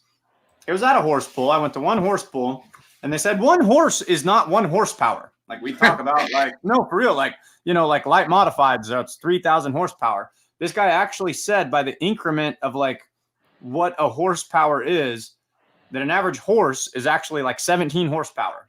So that could be complete baloney, but this guy announced that 2 horses come out to be the motorsports equivalent of 34 horsepower. Don't know. I've not heard that. That's That's a beer money after dark discussion topic. Jason, you're muted. I told That's because Kenzie and I are laughing at you, but we didn't want to do it on air. No, you're still on air. I can still see you laughing. Just because I can't hear you doesn't mean I'm not.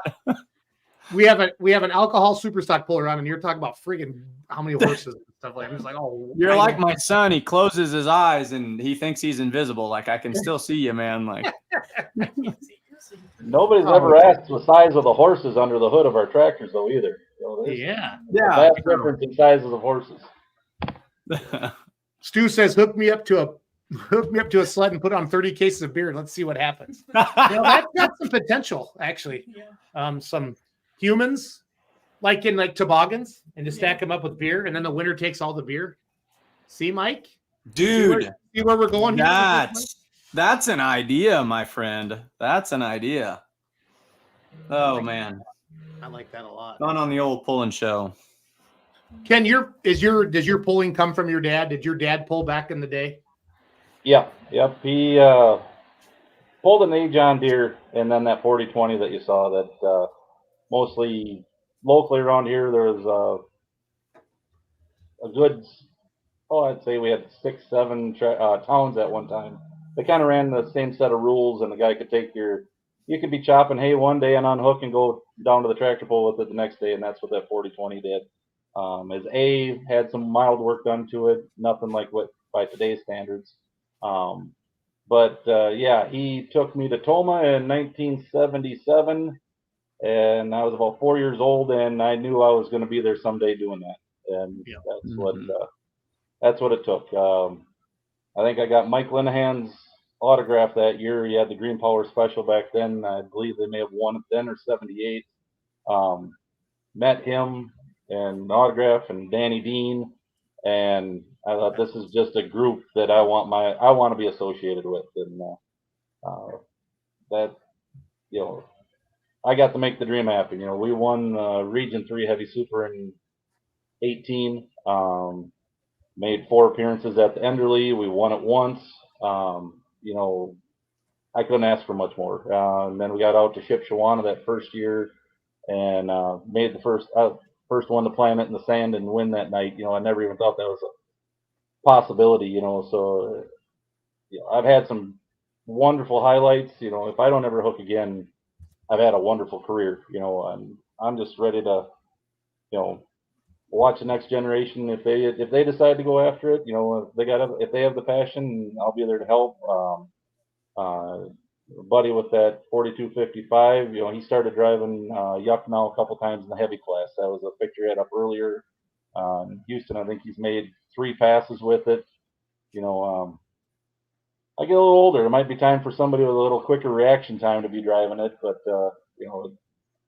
it's just I like seeing the new blood come, and new generations come into this and keep the sport alive. That's a lot of fun. You said you have somebody that's been on your board since the very beginning. They're retiring this year. Yes. Yep. How many people are this is a good question. How many people are on your committee that put this on, Ken? You would think that'd be something I'd know off the top of my head. I thought that was an easy question, Whit. All of us that show up on a Sunday night, at the meeting. Normally we have 9 board members. I think we've been running with 8 lately, and we all kind of have, I'm vice chair. I don't even remember how many years that's been. Gentleman that's president. We were roommates. He lived with me for a number of years after high school and college. It's just like we're kind of a close group. And now Ron Evanson is the guy's name that's been on since the very beginning. He was a dentist here. Most of his local businessman, and worked through with the chamber, got this hoedown idea started and ran with it. There's others that it's second generation on this board. So, everybody takes a spot. We've got one that takes care of the parades and the queen coronations, and another that takes care of the beer garden. One's in charge of and entertainment, and we run the full city park is used as well. There's a craft show, vendors there, entertainment. and kid rides. This year we're bringing in pony rides. They're going to be free to the kids Saturday and Sunday, unlimited rides. So we're trying to put stuff out there for the whole family. And that's anything in the park. There's no admission to that. Our event, we've always ran it. It's a button.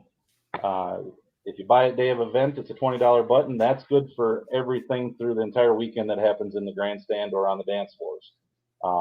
You buy it before Thursday of this week, it's $15. So, and like I say, it's pretty good value if you're able to stick around town and take advantage of more than one night, or that type of thing. So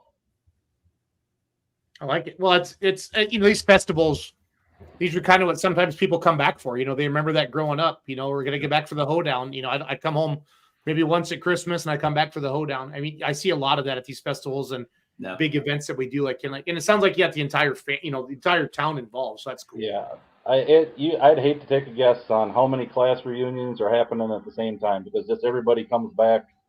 If you're from Houston, you're back for hoedown. Class reunions and every venue's used up. We're not a huge town, but every area in town is used for something, and it is awesome.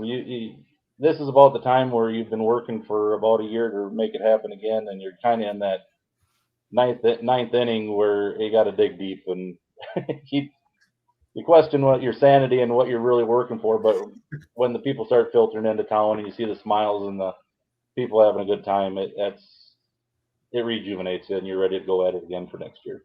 A lot of truth in that statement, because then that when it's done, you're kind of like, I always feel like I have mono for like a week after an event, because you get so amped up and you can literally go on no sleep, and then when it's done, then it's like, oh, and then you're back at it, but you fire back up and get going. So Yep. Where do the boys where do they all play baseball at? We got there's two teams in Houston, and then the neighboring town in Caledonia, they have a 12U team. The actual my son that plays on the Caledonia team, a 12-year-old, they just wrapped up the state 12U tournament up in the cities this past weekend. Didn't get as far as they wanted. They didn't, they made really good strides, but they made it there. I mean, the state tournament for that age is pretty cool to see. No, it's awesome. I remember when everybody played every sport, and now it's like you pick a sport and you're supposed to be a star, and it's just crazy. I got 3 boys and they're playing 3 sports. We're going from baseball this week. We wrap it up, I think, Wednesday night with the last game. We have a hoedown, and we start football practice in about maybe 7 to 10 days. So awesome.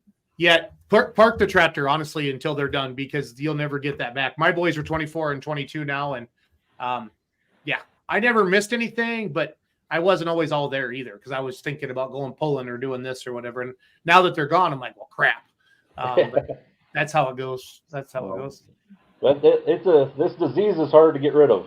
It is. That's why my tractor is the remedy. I figured that, and it's real easy once you kind of keep away from it. But it takes one event, like going down to Toma and helping out and standing on that starting line and watching a light pro stock go down the track, and it's right back, and heart's beating, and you're ready to go. Yep, very, very true. Well, Ken, thank you for being a puller. Thanks for being a promoter. Thanks for working with us, and I hope the hoedown is a huge success. Thank you guys for everything you've been doing for the sport. I'm not comfortable sitting here in front of this computer right now talking to you, I'll be honest, but you've done great. You've done great. I couldn't find anybody else to take this job, so it was mine. But we've got a healthy list of. If you don't mind if I take just a minute on some sponsors. No. We got all kinds. You're our last official guest of the night. After this, it's just a bunch of BS. So you can stay on with us. So. Awesome. I can do that too. But our major sponsor for the Throwdown at Hoedown, that's Rushford State Bank, our local bank. They've been supporting us a number of years now, and just the financial contribution has been fantastic from them. We got a couple newer guys coming on this year. Hammernick Diesel, 4x4 up in Winona, Ridgetop Diesel, another truck shop, Schrader Heating and Cooling, Plutz Grain and Excavating, Camp Logging and Excavating, Thompson Custom Farming, Don's Repair of Houston, Van Gundy Excavating, Hummel Equipment, and Midwest Machinery, the 2 machinery dealers that are bringing us equipment to use for the pole and everything like that. And then my own Channel Seed dealership supporting this event. So, with those guys, I got to plug them. I mean, they've been doing a hell of a job, and if you've ever been on a board, you get a budget, and yep. After COVID, things really gotten tightened up, and these guys have stepped up and put their mouths where they've done the work. And so without them, I don't know where we'd be, but right now we're set up to have one hell of a show. I as a promoter and as a puller, obviously we want to make more money as pullers. I mean, if you ask me what is my why every day, the cost of pulling continues to go up and the purse is staying the same. That's why I'm excited about full pull. But absolutely, as a promoter and a puller, they come to you and say, what's it going to cost to get that class in here? And you're like, you're not ready. If you have to ask, you're not ready. And that's the hardest part about being a promoter, Ken. You want to have every class, but you also don't want to pull till 1 a.m. And oh man, Ken, I've made so many mistakes over the years. Oh Jesus. Oh, I remember. Been there too. Fun. But and that's honest truth. And even on this farm stock stuff, we're one of the only places that we still give a trophy. First place gets a trophy, and that's kind of it's a cherished thing around. If you're in this neck of the woods, if you've got one of them and sitting in the shop or walking off with it, it's a pretty big feather to put in a guy's cap. But now some of these other guys that I mentioned here before, one, Terry Hammerneck that owns that diesel shop, he's put it out on his Facebook page and kind of done not necessarily a GoFund, but he's just been pushing and promoting for the local truck, the local tractor classes, and he's raised a boatload of money that way, and it's all going right back into prize money for these farm tractors, the grassroots part of it, that giving back to them guys, because we're all spending the same diesel or gas to get the vehicle there and back home. And that's my goal, is if we can someday get it down to where every guy that shows up, because first place spent just as much as last place to get there, and to get them back next week. I ran years and years, at the bottom end of the class just to get my feet wet and build up, so I understand what it is. I'd love to see our sport get to where everybody that comes and participates goes home with some kind of a check that night. Yeah. We're going to get there. I promise you. Tony Schultz, good last name, Tony. Let's give a round of applause for Tony's last name. That's a fellow board member. He even spells it right, Tony. Well, Schultz has got to stick together. He's watching on YouTube. He says, don't let Ken be too modest. He runs a tight ship, and he learned from a great group of guys.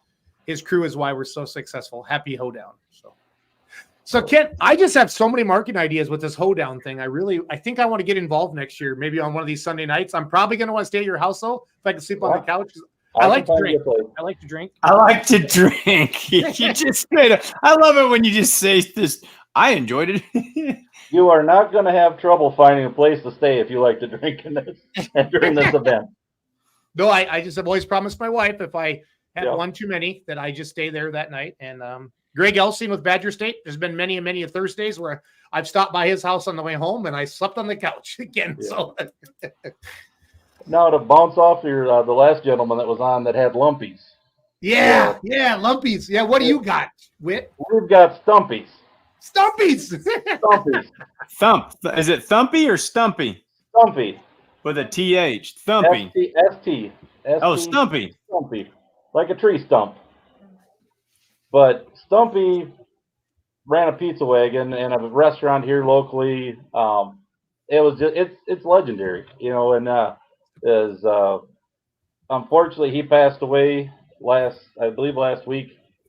Stumpy's funeral is actually this Saturday of Hoedown, but he's got another generation that runs the pizza wagon, and that's been a staple of Houston's Hoedown as long as I can remember. And if you're at Hoedown, you need to get some Stumpy's pizza. That's the one have to. And once you leave Stumpy's trailer, you can walk right over. And Mr. Schultz, who just was on here with his comment, is in charge of our brat stand.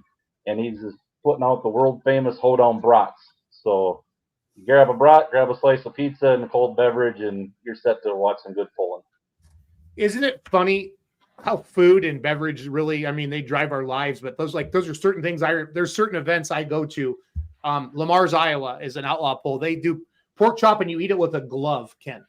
Really? Like they hand you like a little, like almost like a little football glove. I don't know. It's those gloves with a little prickly thing, and you just eat it. And it is seriously the best thing I've ever had in my life. And I can't wait to go back and try one of those again. So, well, I might need to find out what town that was because I do like to eat. So, Lamar's, Iowa. Lamar's, Iowa. It's not good for a guy in the light super class, but I was just gonna say.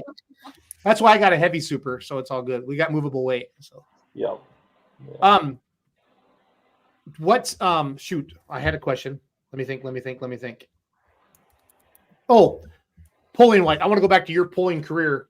Do you have a top 5 memorable ones? Like, so Friday night in Chapel Hill, Adam Kester, that Larry passed away 5 years ago on Friday night. I was in the booth. So Chase Richardson was first, went 298, turned it down. So they reset the sled. Adam comes up, goes 299, turns it down on Footloose, his dad's tractor, right? Brian McDonald, the next puller, very little insanity, goes 303, 19 mini rods in the class. Nobody got close. Adam comes up. I'm getting goosebumps talking about it. He starts pumping his fist at 225, Ken. Randall was in the booth with me announcing the live stream. I have goosebumps talking about it. Larry was on that freaking tractor pushing him. I don't care. He won by 15 feet. Nobody. And it's not like he found some special line, Ken. There was nothing left. I mean, there was nothing left. Kester was on that tractor with him.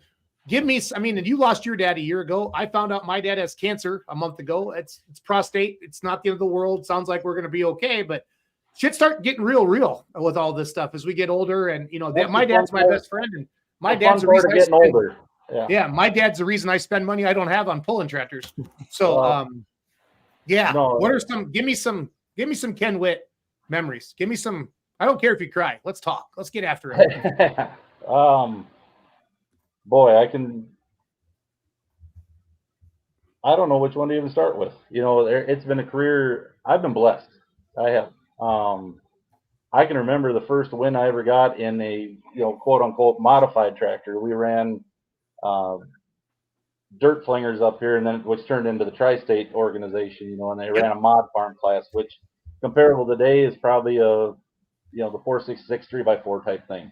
Sure. The first win on that in Austin, Iowa. I beat Marcus Weddleson. We were both in the same class. It was the first win I ever got.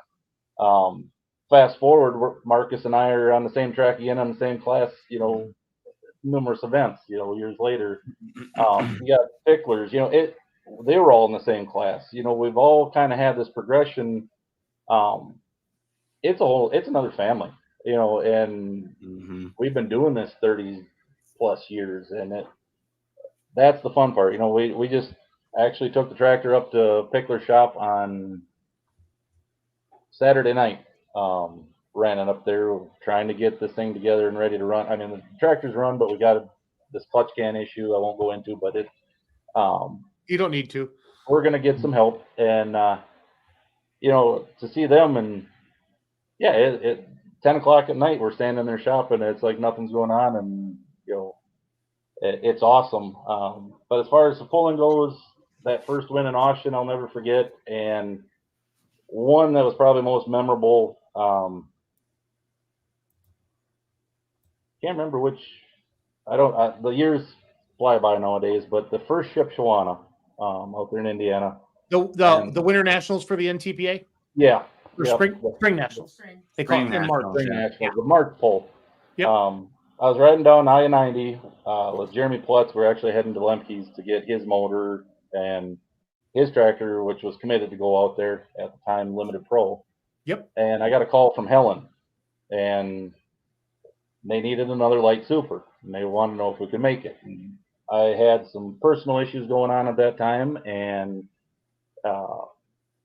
didn't know just where I was with things. Nothing bad, but marriage type issues. And looked at Jeremy, and I'm like, what I do is like, you dumbass, the semi's going. He says, we're putting it in, we're taking it. Yep, that's Jeremy. Deal. So long story short, ended up out there. My girlfriend at the time, who's now my wife, Letitia, rode with. That was her first tractor pull she ever went with me to. My best friend Jason Mark was with me, and my dad. And it was 5 of us. We went out there, went into Shipshewana, just thinking we're going to make a pass. And you know, you look at who we're up against. It's some big names. You know, I never even. We're filler. And to come out and lay down a pass and plant it into the sand pile and have those guys there. I've got a jar at home with part of that sand pile. Oh yeah. Oh yeah. And that has my dad's and my buddy Jason Mark's ashes in it now too. Oh. And those two guys aren't here anymore. But they were there for that event, and that one that tops it all. Yeah. A moment in life where I needed it, and they were all there for it. But now they're forever in that sand pile. So I mean, it's a sad story, but it's a great story. It's sad, but it's one of my greatest memories. I was just so happy that those people were there to witness it firsthand. Yep. You know, the next pull we went to was in Ellsworth, and we won the light super and the heavy super that night. You know, another great accomplishment. You know, that was the first 3 hooks of that year were the wins. We couldn't start on. Then we dropped the valve seat and kind of went downhill from there and had to fight back. We did make it out to the Enderley. I think we got that year. We made it to the Enderley with the light and the heavy class. We ran both of them in the Enderley and ended up in second in both. You know, so that was a year. 2019. There's some pockets in the country where, like, I feel like a regional or a state level vehicles like Badger State Pro Stocks. I feel like Wisconsin Light Supers. You know, not everybody that runs I mean, you hear Grand National or you hear this or Champions Tour or whatever. There's quality equipment at the region level and the state level, but guys got to get home every night. You know what I mean? And like the dairy, you got to get back milk cows probably. So I get that, and that's why people can't run that. But when you guys do show up at a Toma or you know Picklers, they can win anywhere. Weddleson, it's fun for you to say these names. That's where the region to me is really so important. It's fun. A Fort Recovery is coming up this weekend, and Brandenburg, Kentucky, and all these great venues, national that we talk about nationally. But there's a lot of great state level, good running stuff that, and that's the pull. There's people, Ken, that they only know the Houston Hoedown. They don't know of any other truck and tractor pulls. You know what I mean? And that's what's fun. I mean, that's what's fun. That's what makes it special. So we try to give them a slice of what we see on a weekly basis, or used to see on a weekly basis, and those of us that are in, if you want to say, the inner circle, we see what's going on, and you have a whole new appreciation when you go to an event and you see a rain cloud come through, or they're struggling to get the track put together, or just short on help. Anybody who pulls should have to put on a pull, at once in their life, just to experience and have that point of view, and it gives you a whole nother respect when you show up at these places. It sure does. It sure does. Kenzie's looking for some Mr. Yuck videos right now. I want to share one quick before we let you go. Thanks for coming on tonight. This has been fun. Absolutely. I had more fun than I thought I would. I hope you picked a good one.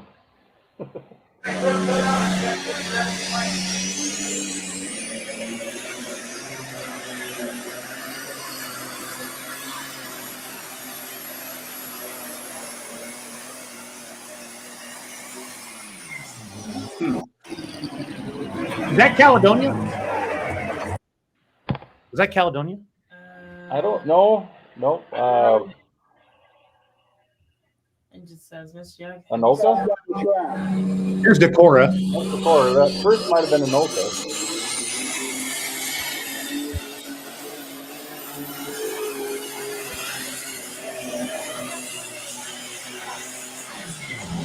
Stopped in just about where we wanted to, right? At 3. So Pico Phil on the mic. You betcha. So Dustin Stampka says that was Ellsworth Heavy Super 2019. That was the big one. Okay. Well, that's the other driver. So he's much younger and has a much sharper mind. So I like it.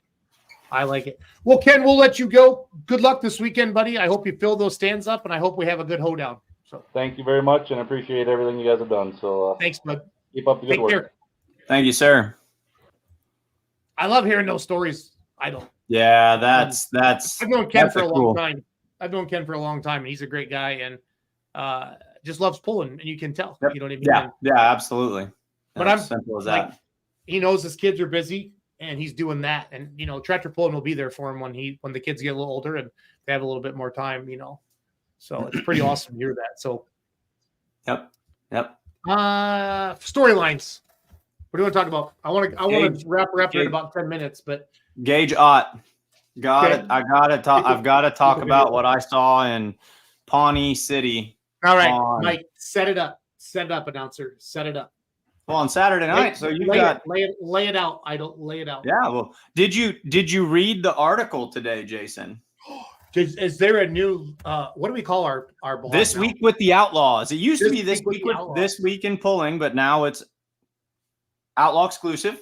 This Okay. week with the Outlaws. So no, Let over the me, last three light modified classes, we've had 3 first-time winners so far this season. Gage Ott is like the perennial silver medalist. He's Blake Ott's younger brother. Blake Ott has won points and won this class more times than you can count. I mean, Blake kind of has a tight fist on this class. Wes Seaver showed up last year, and he's the new big heavy hitter. And Blake and Wes have been going 1 and 2 all year long. They're the only 2 that have won the class up until a week ago. And Gage, the younger brother, kind of plays the role of younger brother. Great hard running vehicle, but 9 times out of 10, Blake's going to be out there. Gage is the last one to hook in the class on this beautiful blue V12 Allison. And his brother's in the lead. His brother had pulled 351 feet or something like that, which was a monster pass. Like the number 2 spot was like 298. So it's looking like, don't even think about it. Gage Ott pulls 418 and change. Who wants to see the video? Raise your It's- hand. Who wants to see? Raise your hand, Mike. Kenzie. Okay. Play the video.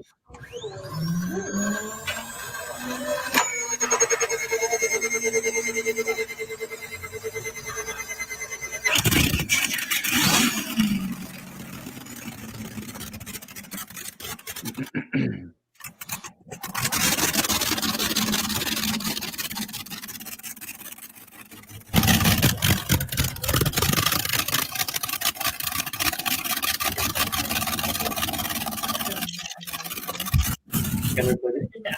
Pretty proud of it. Oh, yeah.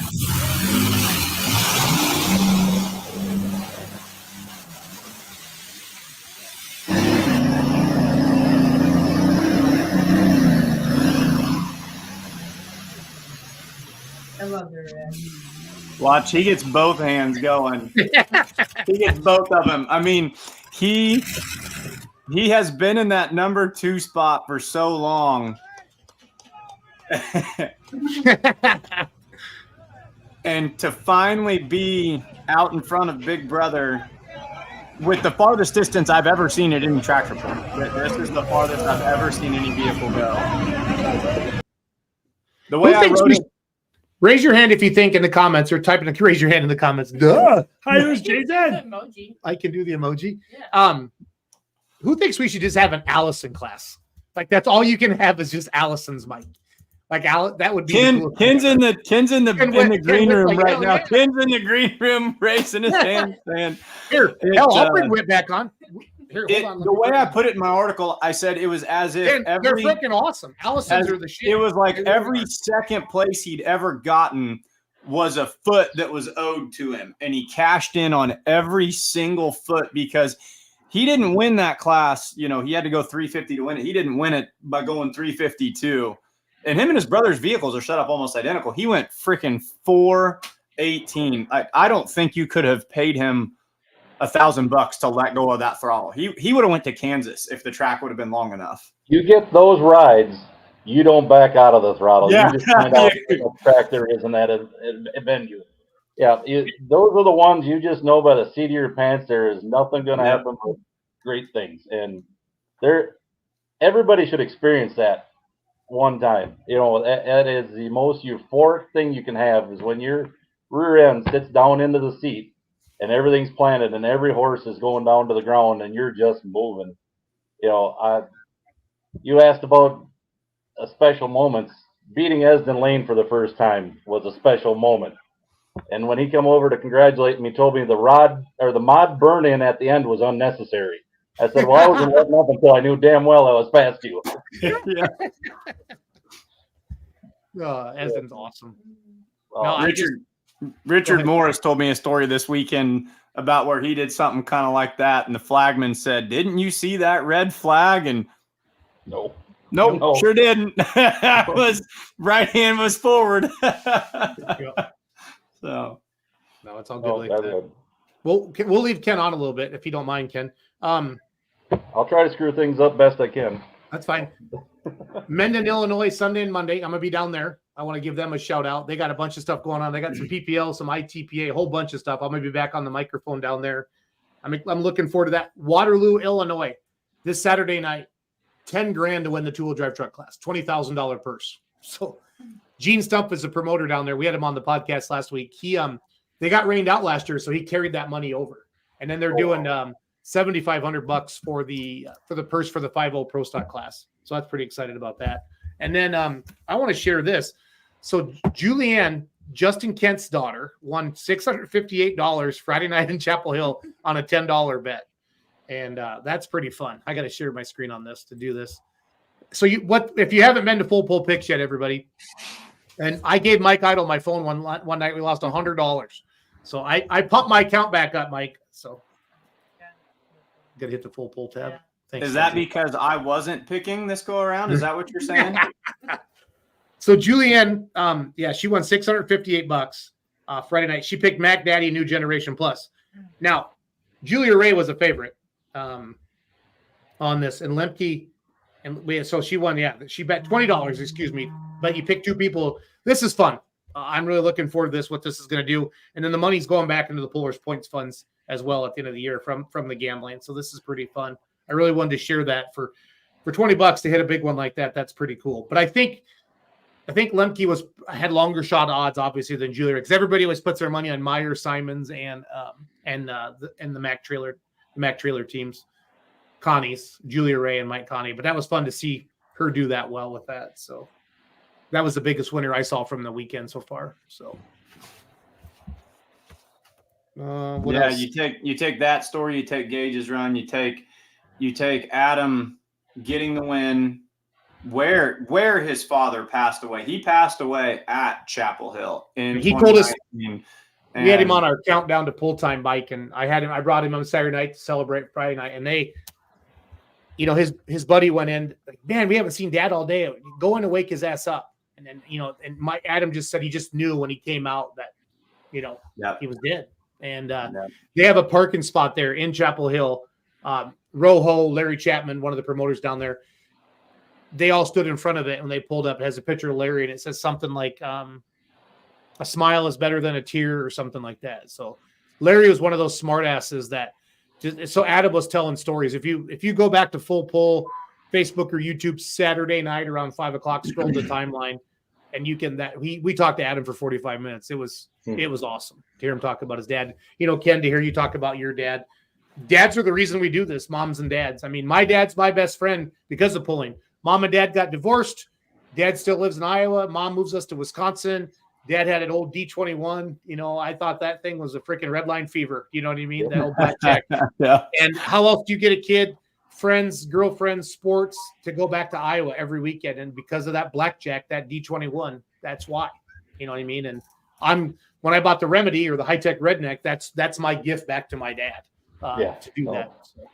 So, my dream was always to get my dad on a modified, back either when I had my Super Farm or when we ran this chassis as a diesel, is by today's standards a light pro, the 540 with the 4.3 Charger at the time, that nothing like by today's standards of a light pro, but he just never wanted to. He sat back and he says and I'm getting it now, as a dad and watching your kids. He says I have so much fun just watching it go and watching you do what you do. And, that sunk with me, at my home, I wanted him on there. Just go, just do it, and he wouldn't, but by God, if he was if he was healthy enough to go with on that week, he was first guy to jump in buddy seat of the semi, and we're heading out, and that's time that it doesn't have a value. That was away from farming. It was away from that. Pulling has its own stress, but it was time together that even just to back and you still awake? Yep. You need to stop. Do you need what do you need? Do you need a drink? You need just an elbow to the side, make sure you're still awake going down the interstate. That was and we've all had them, and that's I think what draws this whole sport together. I think that's the difference. Yeah, there is such a family dynamic to the whole thing, whether you're mod and 4-wheel drive or pro stock, super stock. It's across all of it, and that is, I'd say, stepping back. That's the thing I miss the most. It's your pulling family, and seeing those guys every weekend. I saw a lot of them more than I see relatives. The time that Dad and I spent, I would see him at tractor pulls. The time we'd spent going to the pull and on the way home. That's when we did all of our talking, and about being a man and how we act and how we talk. And he wasn't afraid to be honest with me. He's still not. So. Oh yeah, those late nights in the shop too, trying to get ready to go the next night, or fixing something, or just even creating it from the beginning. It's pretty cool. I'm taking up your time. You guys keep talking what you need to talk about. No, it's all good. We'll let you go. We'll let you go, Ken. Have a good night, buddy. We just saw Ken raise his hand. He liked Allison, so I thought, shit, we got to bring him back on. So weigh-in Wednesday show to be on Full Pull Live. We're gonna announce the lineups for Fort Recovery and Brandenburg Friday night. There will be gambling on those. There will be gambling on Pierce, Nebraska Thursday night and Wayne, Nebraska Friday night. Those games will be up here. I got to get the final lineup set, get everybody signed up. Let's see here.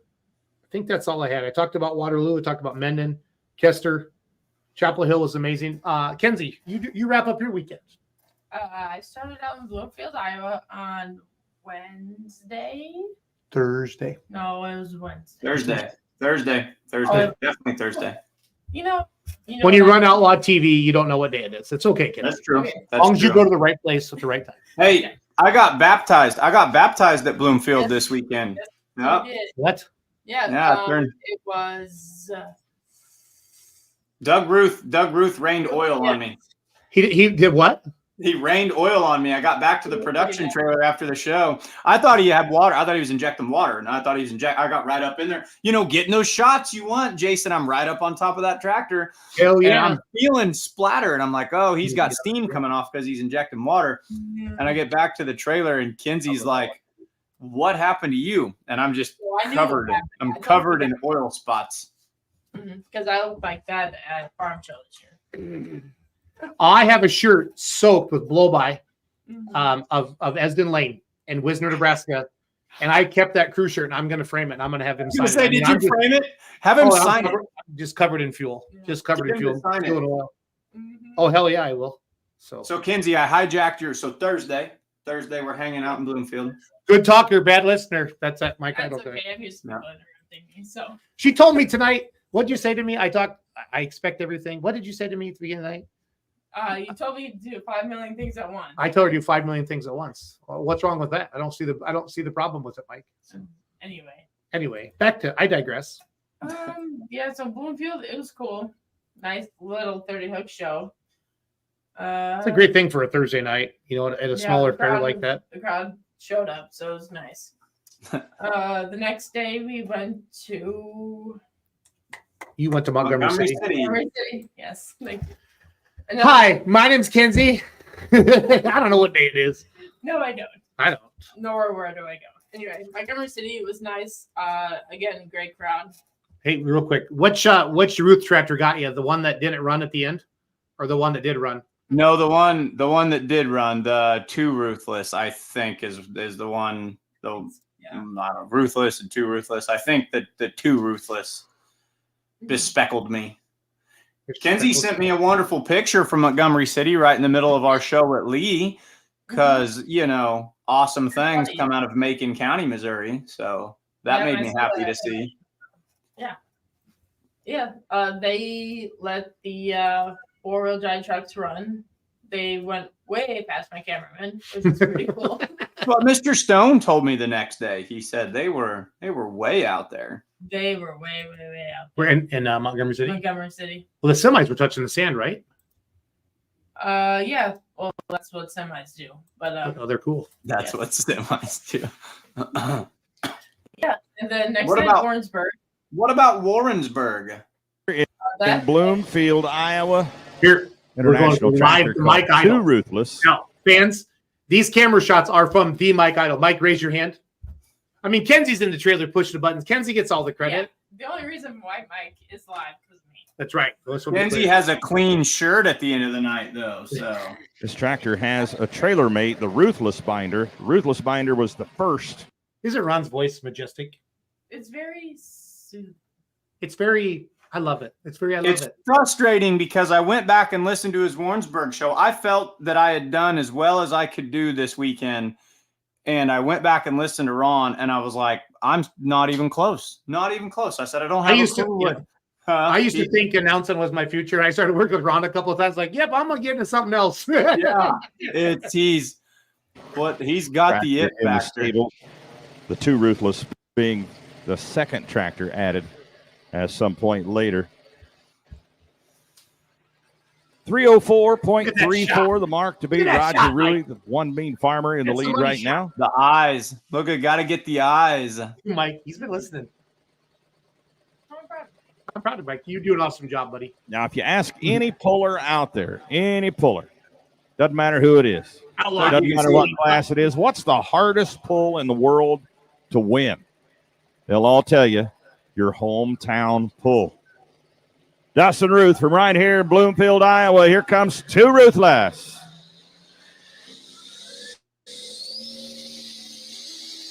You can kind of see the oil right there, just on the edge of the side shield. I could feel it. Doggone it. You heard that thing start to flutter that there. is that is Ron's Doggone dog on it. it. If you're a puller and you hear dog Doggone on it, it's not a good night. No, it's not good. It is not good at all. At all. That's a little sneak peek there. Outlawpulling.tv. Proud to be part of that. Was Warrensburg awesome? Was Warrensburg excellent? There was nowhere to sit Saturday night. Give me a crowd. Give me an attendance estimate. 10,000.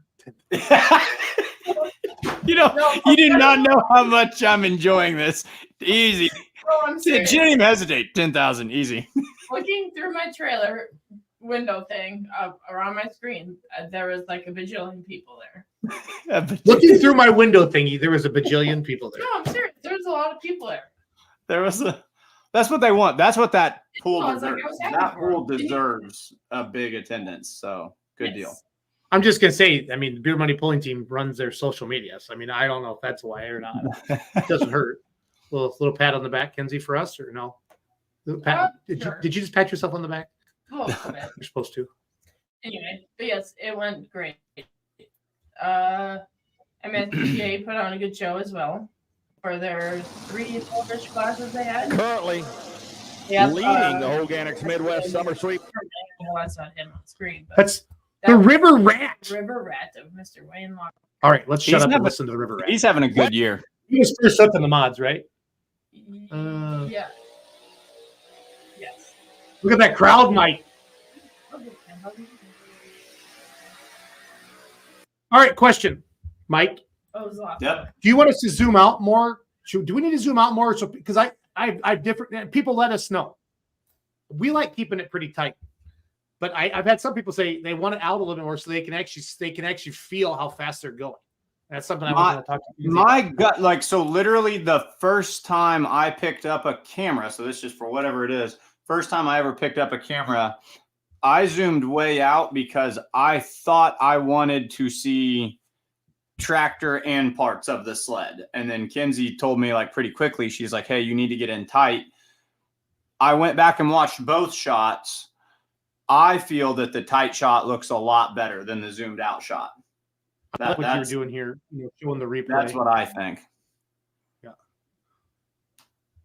Was that replay? Yeah. Did you figure that out? Yeah.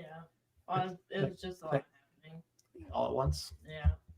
Ooh, Cotton Candy laid the wood on him. Yeah, he won. Cotton Candy. I have a little inside information. What? Cotton Candy. So he won Bloomfield and he won Warrensburg. So he kind of swept the weekend. Brand new tires. Brand new tires on the back of Cotton Yeah, Candy. meet us on? Did not. That was Pro my Puller? first Pro assumption. Yep, he Pro had on Pullers?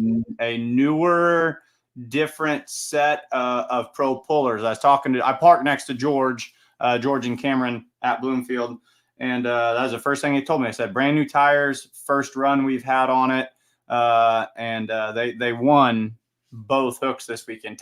Tires have been the new, there for a long time. It was weight, and then it was horsepower, and then it was blowers or fuel. Right now, the story in pulling is tires. Like, tires are the it factor. So, new set of tires and back-to-back wins. That announcer, is that the MSTPA hype man he calls himself on Facebook? Is that who that is? Are you talking right now? He was the same guy that announced that. He announced at Boonville. The pull I went down to Boone, and he is fire and energy and passion for sure, no doubt about it. Last modified tractor coming up next. Vern User out of Ankeny, Iowa. Tractor called Say Good. Who was the camera crew at Warrensburg? So it was Dylan Oliver from Missouri. Oh yeah. And then the Elijah, the guy who brings the big From Shawnee. This is your fans. You're watching Warrensburg, Missouri. Show me shootout on outlawpulling.tv. And the River Rat. He could get past Vern Huser travels. I learned this weekend too. Vern Huser travels with Richard Morris. Did not know that, but they are semi truck. They ride in the same semi. Your guys' English sucks tonight. But Mike was struggling with that. You were like all earlier, like thingamajiggy, and then the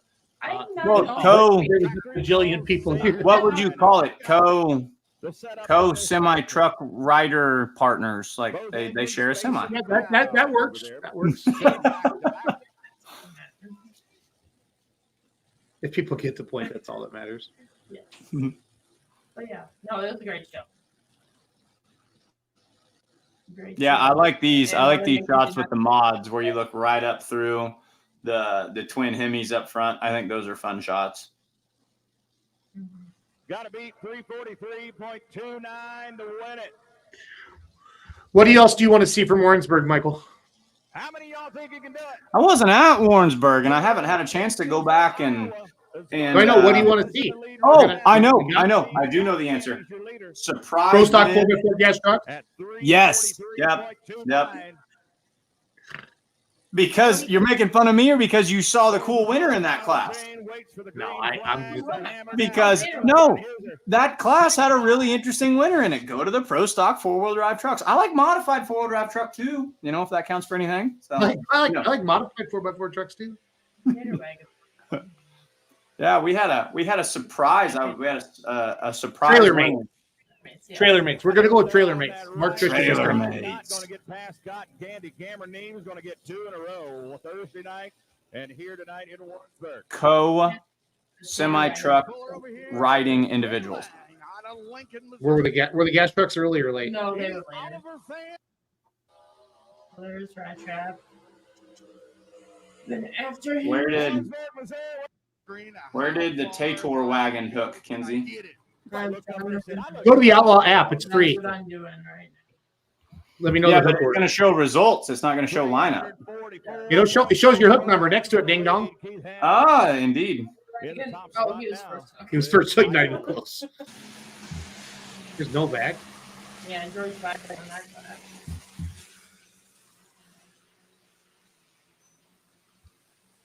The mean farmer. Wisner, Nebraska, August 15th and 17th. Thursday, Friday, Saturday. What's that? Through the 17th. Through the 17th. Yeah, it's not. They all say hook number 1. I don't even know. Like It's got their draw number, so you could figure it out. But under results, every last one of them says hook number 1. Is that McKenzie Trink line? Yes. I love that tractor. She's a very good driver. She got to go to the Louisville. Were the gas trucks after the MSTPA mods? Yep. Is Mr. Jamie? He's going to be right about middle of the class. His draw number was 114. I love that shot right there. Thank you for doing that. Full service auction out of the league. Hey, she doesn't talk to me in my headset the same way that you do. It's, Yeah, I told her, I said at Bloomfield, I said, I need you to give me the Jason Schultz treatment. And when it's a good shot, I love you. When it's bad, I scream at you. It's all good. I get constructive. the only reason that Pawnee City, Nebraska still has speakers and a sound system that work after Gage's run is because you have looked me dead in the eye and said, if you don't stop yelling into the microphone, like I am going to scream at you. But after Gage's run, like it took all of my self-control not to absolutely obliterate those speakers. And I didn't do it because I listened to you when you threatened to yell at me. Well, and you got to work with Dan Mayer too. That wasn't first hook. Cody get his tractor running? Yeah, he did. Yeah. Clearly. They had turbo problems in Rock Valley. Cottonmouth. Yeah, you can see. Okay, so Rat Trap was who was first? They're all hook number one, is what Mike said. But trust your gut. You think it was later? Tater Wagon was later? Yeah, he's definitely. Rat Trap hooked second.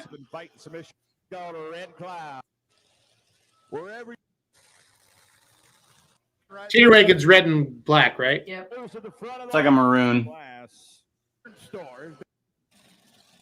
Cameron Pascal had a nice run in the high cotton two-wheel drive. Tater Wagon won though? Yes. Yes. Yeah. There's Bipolar. This is Chuck Cleveland. Cutting down the profits. Cutting into profits. 3.8. Rat Trap was early. Okay. Yeah.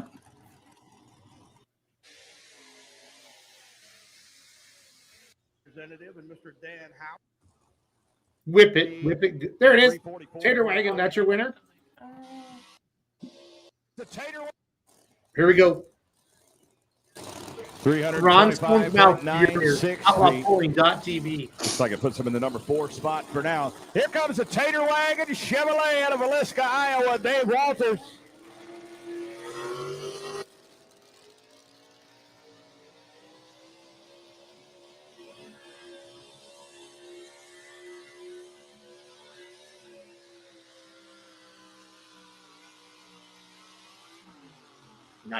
Nice shot in the crowd too. Smooth as butter. Smooth as butter. Yeah, he beat Keith Hammonds and all the rest of them, but mainly Keith Hammonds because Keith Hammonds wins that class a lot. Because Keith Hammonds is tough to beat. Yeah. Let's see here. I'm gonna show some full pull.live here, and then we're gonna call her a night. This is from Chet. Go ahead, Kenzie. Tug of war at the end of Pawnee City. Who was What? that? The tug of war stuff between some fans on the track. In Pawnee City? Huh? I did. There was a tug of war? Yeah, Jalen showed me video. I didn't see anything about tug of war. And then I will show you For those of you that want to bet, boy, the odds are great. That's where Yeah, we it's are. great. win $658 on a $10 wager in the pro stock class last night. They picked Lemke and they picked Julia Ray. And they won $658. It's hard to hear us here because we left our headsets outside for the first 5 or 6 tractors because we're morons. Yeah. And they can picking up all the ambient sound.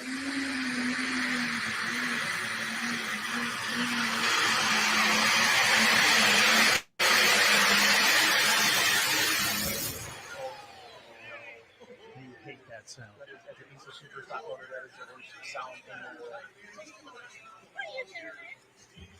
We got a little leakage underneath the tractor. We certainly hope that is not a major issue.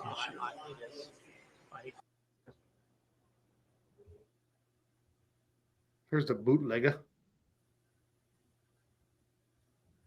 Look at that. Full pull live looking sharp. That is high resolution.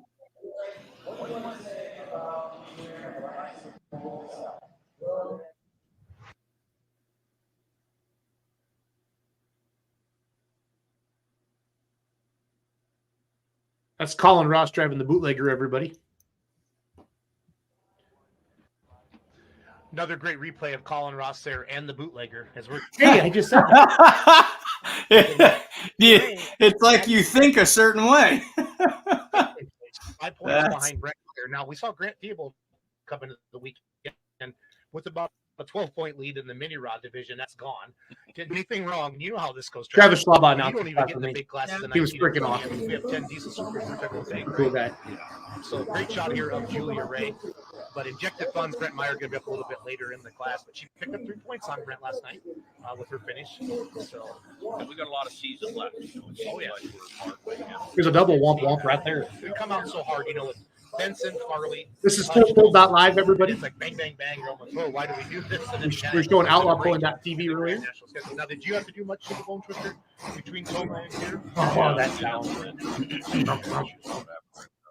looks the computer will be doing a little bit of work before next weekend also. So we're on a 5-week row, and I think about every class is on going to go 4 or 5 weeks in a row. I think if Travis has to hang up the turbochargers, he had a good one Friday night. He's got a future in announcing. He's got a good natural voice talking on the microphone. Travis is great. Yeah, Travis is great. Whatever that you can just go completely upside down on them, but.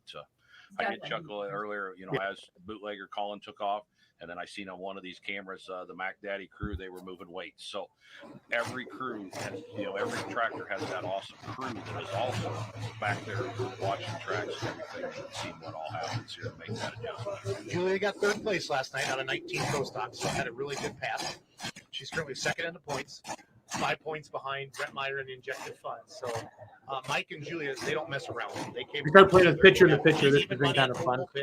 Obvious, Ohio, big running tractor. So that's Kyle. Tomorrow. I'll write that in notes, or you remember? No, I don't remember. Because I go. I don't know if we're using this off the Black Magic, or if we're using it. I think you are, because you use that. Yeah. Yep.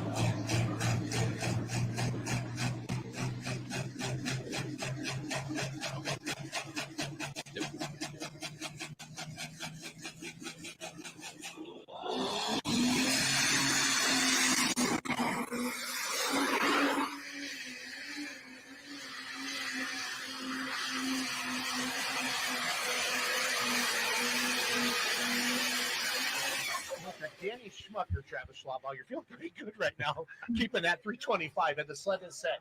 I know sometimes they'll say we want to watch one more. We can hear all the. This was right before the rain delay. Then the rain came, but they just pulled the tarp backs and started pulling again. It was awesome. Yeah, There's still watching it. Did the crowd hang around, or did you lose a lot of them? Get Travis Schlaba. I'll go back. Where? You named that pole. Oh, the Bill mine too. Yeah. This is Kenzie's favorite tractor in the whole freaking world, guys. Jack Mays? Yeah, it's not like you got something. This one does have a different sound to it. It used to sound like a train. It's Schnittiker's. It's real red. Yeah. It's really red. I kind of hear what you're hearing, Kenzie. Oh no, it sounds different now, but if you watch that, it has an entirely, like when you listen to it at Louisville, it sounds completely different than the rest of them. I think that's my internet. Okay, yeah. That was a nice run by Jack. Because it switched off. It switched back to Wi-Fi. I don't know. He's a fellow Northwest Missouri State Bearcat. He and I went to the same university. Brandon. I want to show some trucks here for Mike. Thank you. Well, this is a southern track and a southern pull, and that's, trucks are king down there. So like they used to be last class for a long time down there because it was kind of their highlight. Which one's there? How low the watch that front tire here at the end. Rob's driving that this year, right? Carmen's not driving. Yeah, Carmen. I haven't seen Carmen on it yet this year. Yeah. Emax. Well, let's do 10. Let's do $10. Oh, that's a new paint scheme on that one. Here we go. Daniel Johnson, the Desperado. Desperado.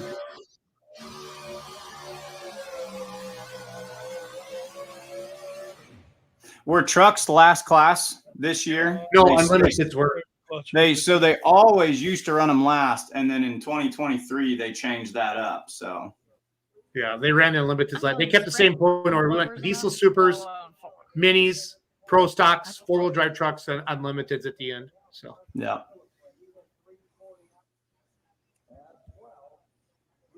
He was first hook. I remember this yanked him way over to the left. But this is Saturday night, which I think it is. First place there. Yeah, he almost goes out of bounds. I'm not. There's a lot of mods go left at this track. Joe Ader picked up his 99th national win. Scott Doty, our in flag guy. We wanted to show that. Look it's off the ground, the back of the sled. Is that just to stop those unlimited? Yeah, no, and they dump that. It'll be that way from like 220. I mean, they completely slam it down early. Don't know. Scott's 49.2. We see the man Joe Ader. There's Joe. Talking about, there's chatter Lindsay, on the me in the Raiders right picture. now, so Lindsay Gamble came in short fused. And it appears they are. I just saw Jim Miller say, "Fire up Doug Theobald." Sled around a lot. There's stuff together. A lot of good drivers here. Yeah. There's Doug. Is that Doug? This is what you get at Full Pull. We got 2 great live streams for you fans. FullPull.live, OutlawPulling.tv. It's good stuff. Good stuff. Can't beat it with the big stick. Let's show you Joe's run. He won. Anything else to say on that Dave run? Richards. And Joe was right before him.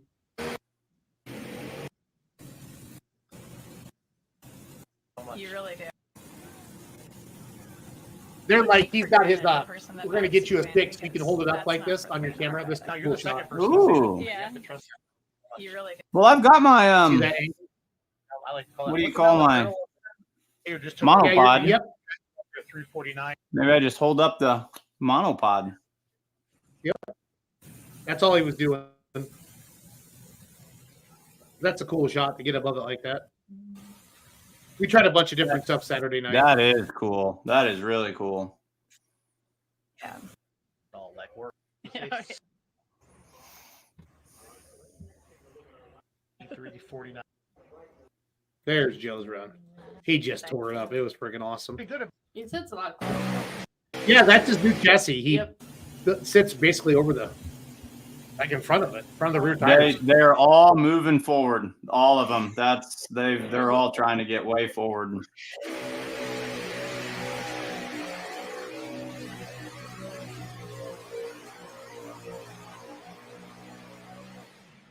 Yeah, my internet's buffering, guys. I'm sorry. But you get the idea. It's awesome. FullPull.live, OutlawPulling.tv. You can't beat it with the big stick for $40 a month. Get all of this. It's pretty cool. But Donnie Sullivan. Oh, look at you, Kenzie, coming with the big stick reference. Yeah, I like it. I got to quit sharing my screen. Mike, did you say everything you wanted to say tonight? Got it all out there. Kenzie? I got nothing. But I got nothing. So, okay, I'm going to Mercer Wednesday. Mercer, Missouri for Outlaw Pulling TV. Where are you going to be, Mike? Mercer, Missouri. Are you announcing? I'm announcing at Mercer. Okay. Where are you going to be Wednesday? Britt, Iowa. Britt, Iowa. Outlaw Pulling TV. So you'll be with Ron. Thursday, I'm going to Pierce, Nebraska. Are you going to Pierce with me, Michael? Sac City, Iowa. Okay, Oh, you're with me in Sac? Yep. So Evidently. Ron's going to Pierce with me? I guess. Okay. Yep. Then Friday night is Wayne. Wayne, Ron and I will Ron and I will be co-announcing at Wayne. Okay. And then Saturday night is Platte City, Missouri, and Lamar's, Iowa. For outlawpulling.tv. And in Full Pull Live, we're going to be in Fort Recovery, Ohio, Friday, Saturday. And then we're going to be gambling again on Pierce Thursday, Wayne Friday, Fort Recovery Friday and Saturday, as well as Brandenburg, Kentucky. FullPullPicks.com. Do you know who you have on Outlawed Live tomorrow night, Michael? No, I do not. To check with the boss. Yeah, precisely. So no, I'm gonna play a couple things and we're gonna go to bed. How about that? I love it. See you, Michael. Thanks for watching, everybody. Lincoln Diesel Specialties offers high-quality diesel performance products and services for various models of trucks. Check them out online. Get top-quality truck parts, as well as expert application information about tractor pulling and clutch assembly, from our professionals in Waynesburg, Kentucky. Call Kenny's today. Schultz Mortgage Team and USA Mortgage want you to know that you do not need 20% down to buy a house. Give Jason a call 7 days a week to learn how. Get your $25 bonus at Full Pull Picks by using promo code BEERMO. Deposit a minimum of $5 and make your picks at fullpull.us today. Scroll down. Oh, there. I screwed up, Mike. I'm back. Where's that? Scroll up. Scroll up. Up. Up. Up. That one. Experience the thrill of pulling on Outlaw Pulling TV. Don't miss a second of the summer's intense pulling. Subscribe now for your monthly membership at outlawpulling.tv and enjoy full access to all the action. Join today at outlawpulling.tv. Let's make some noise. Good running. John Deere, Animal Deep Iowa coming up. We got one right behind us.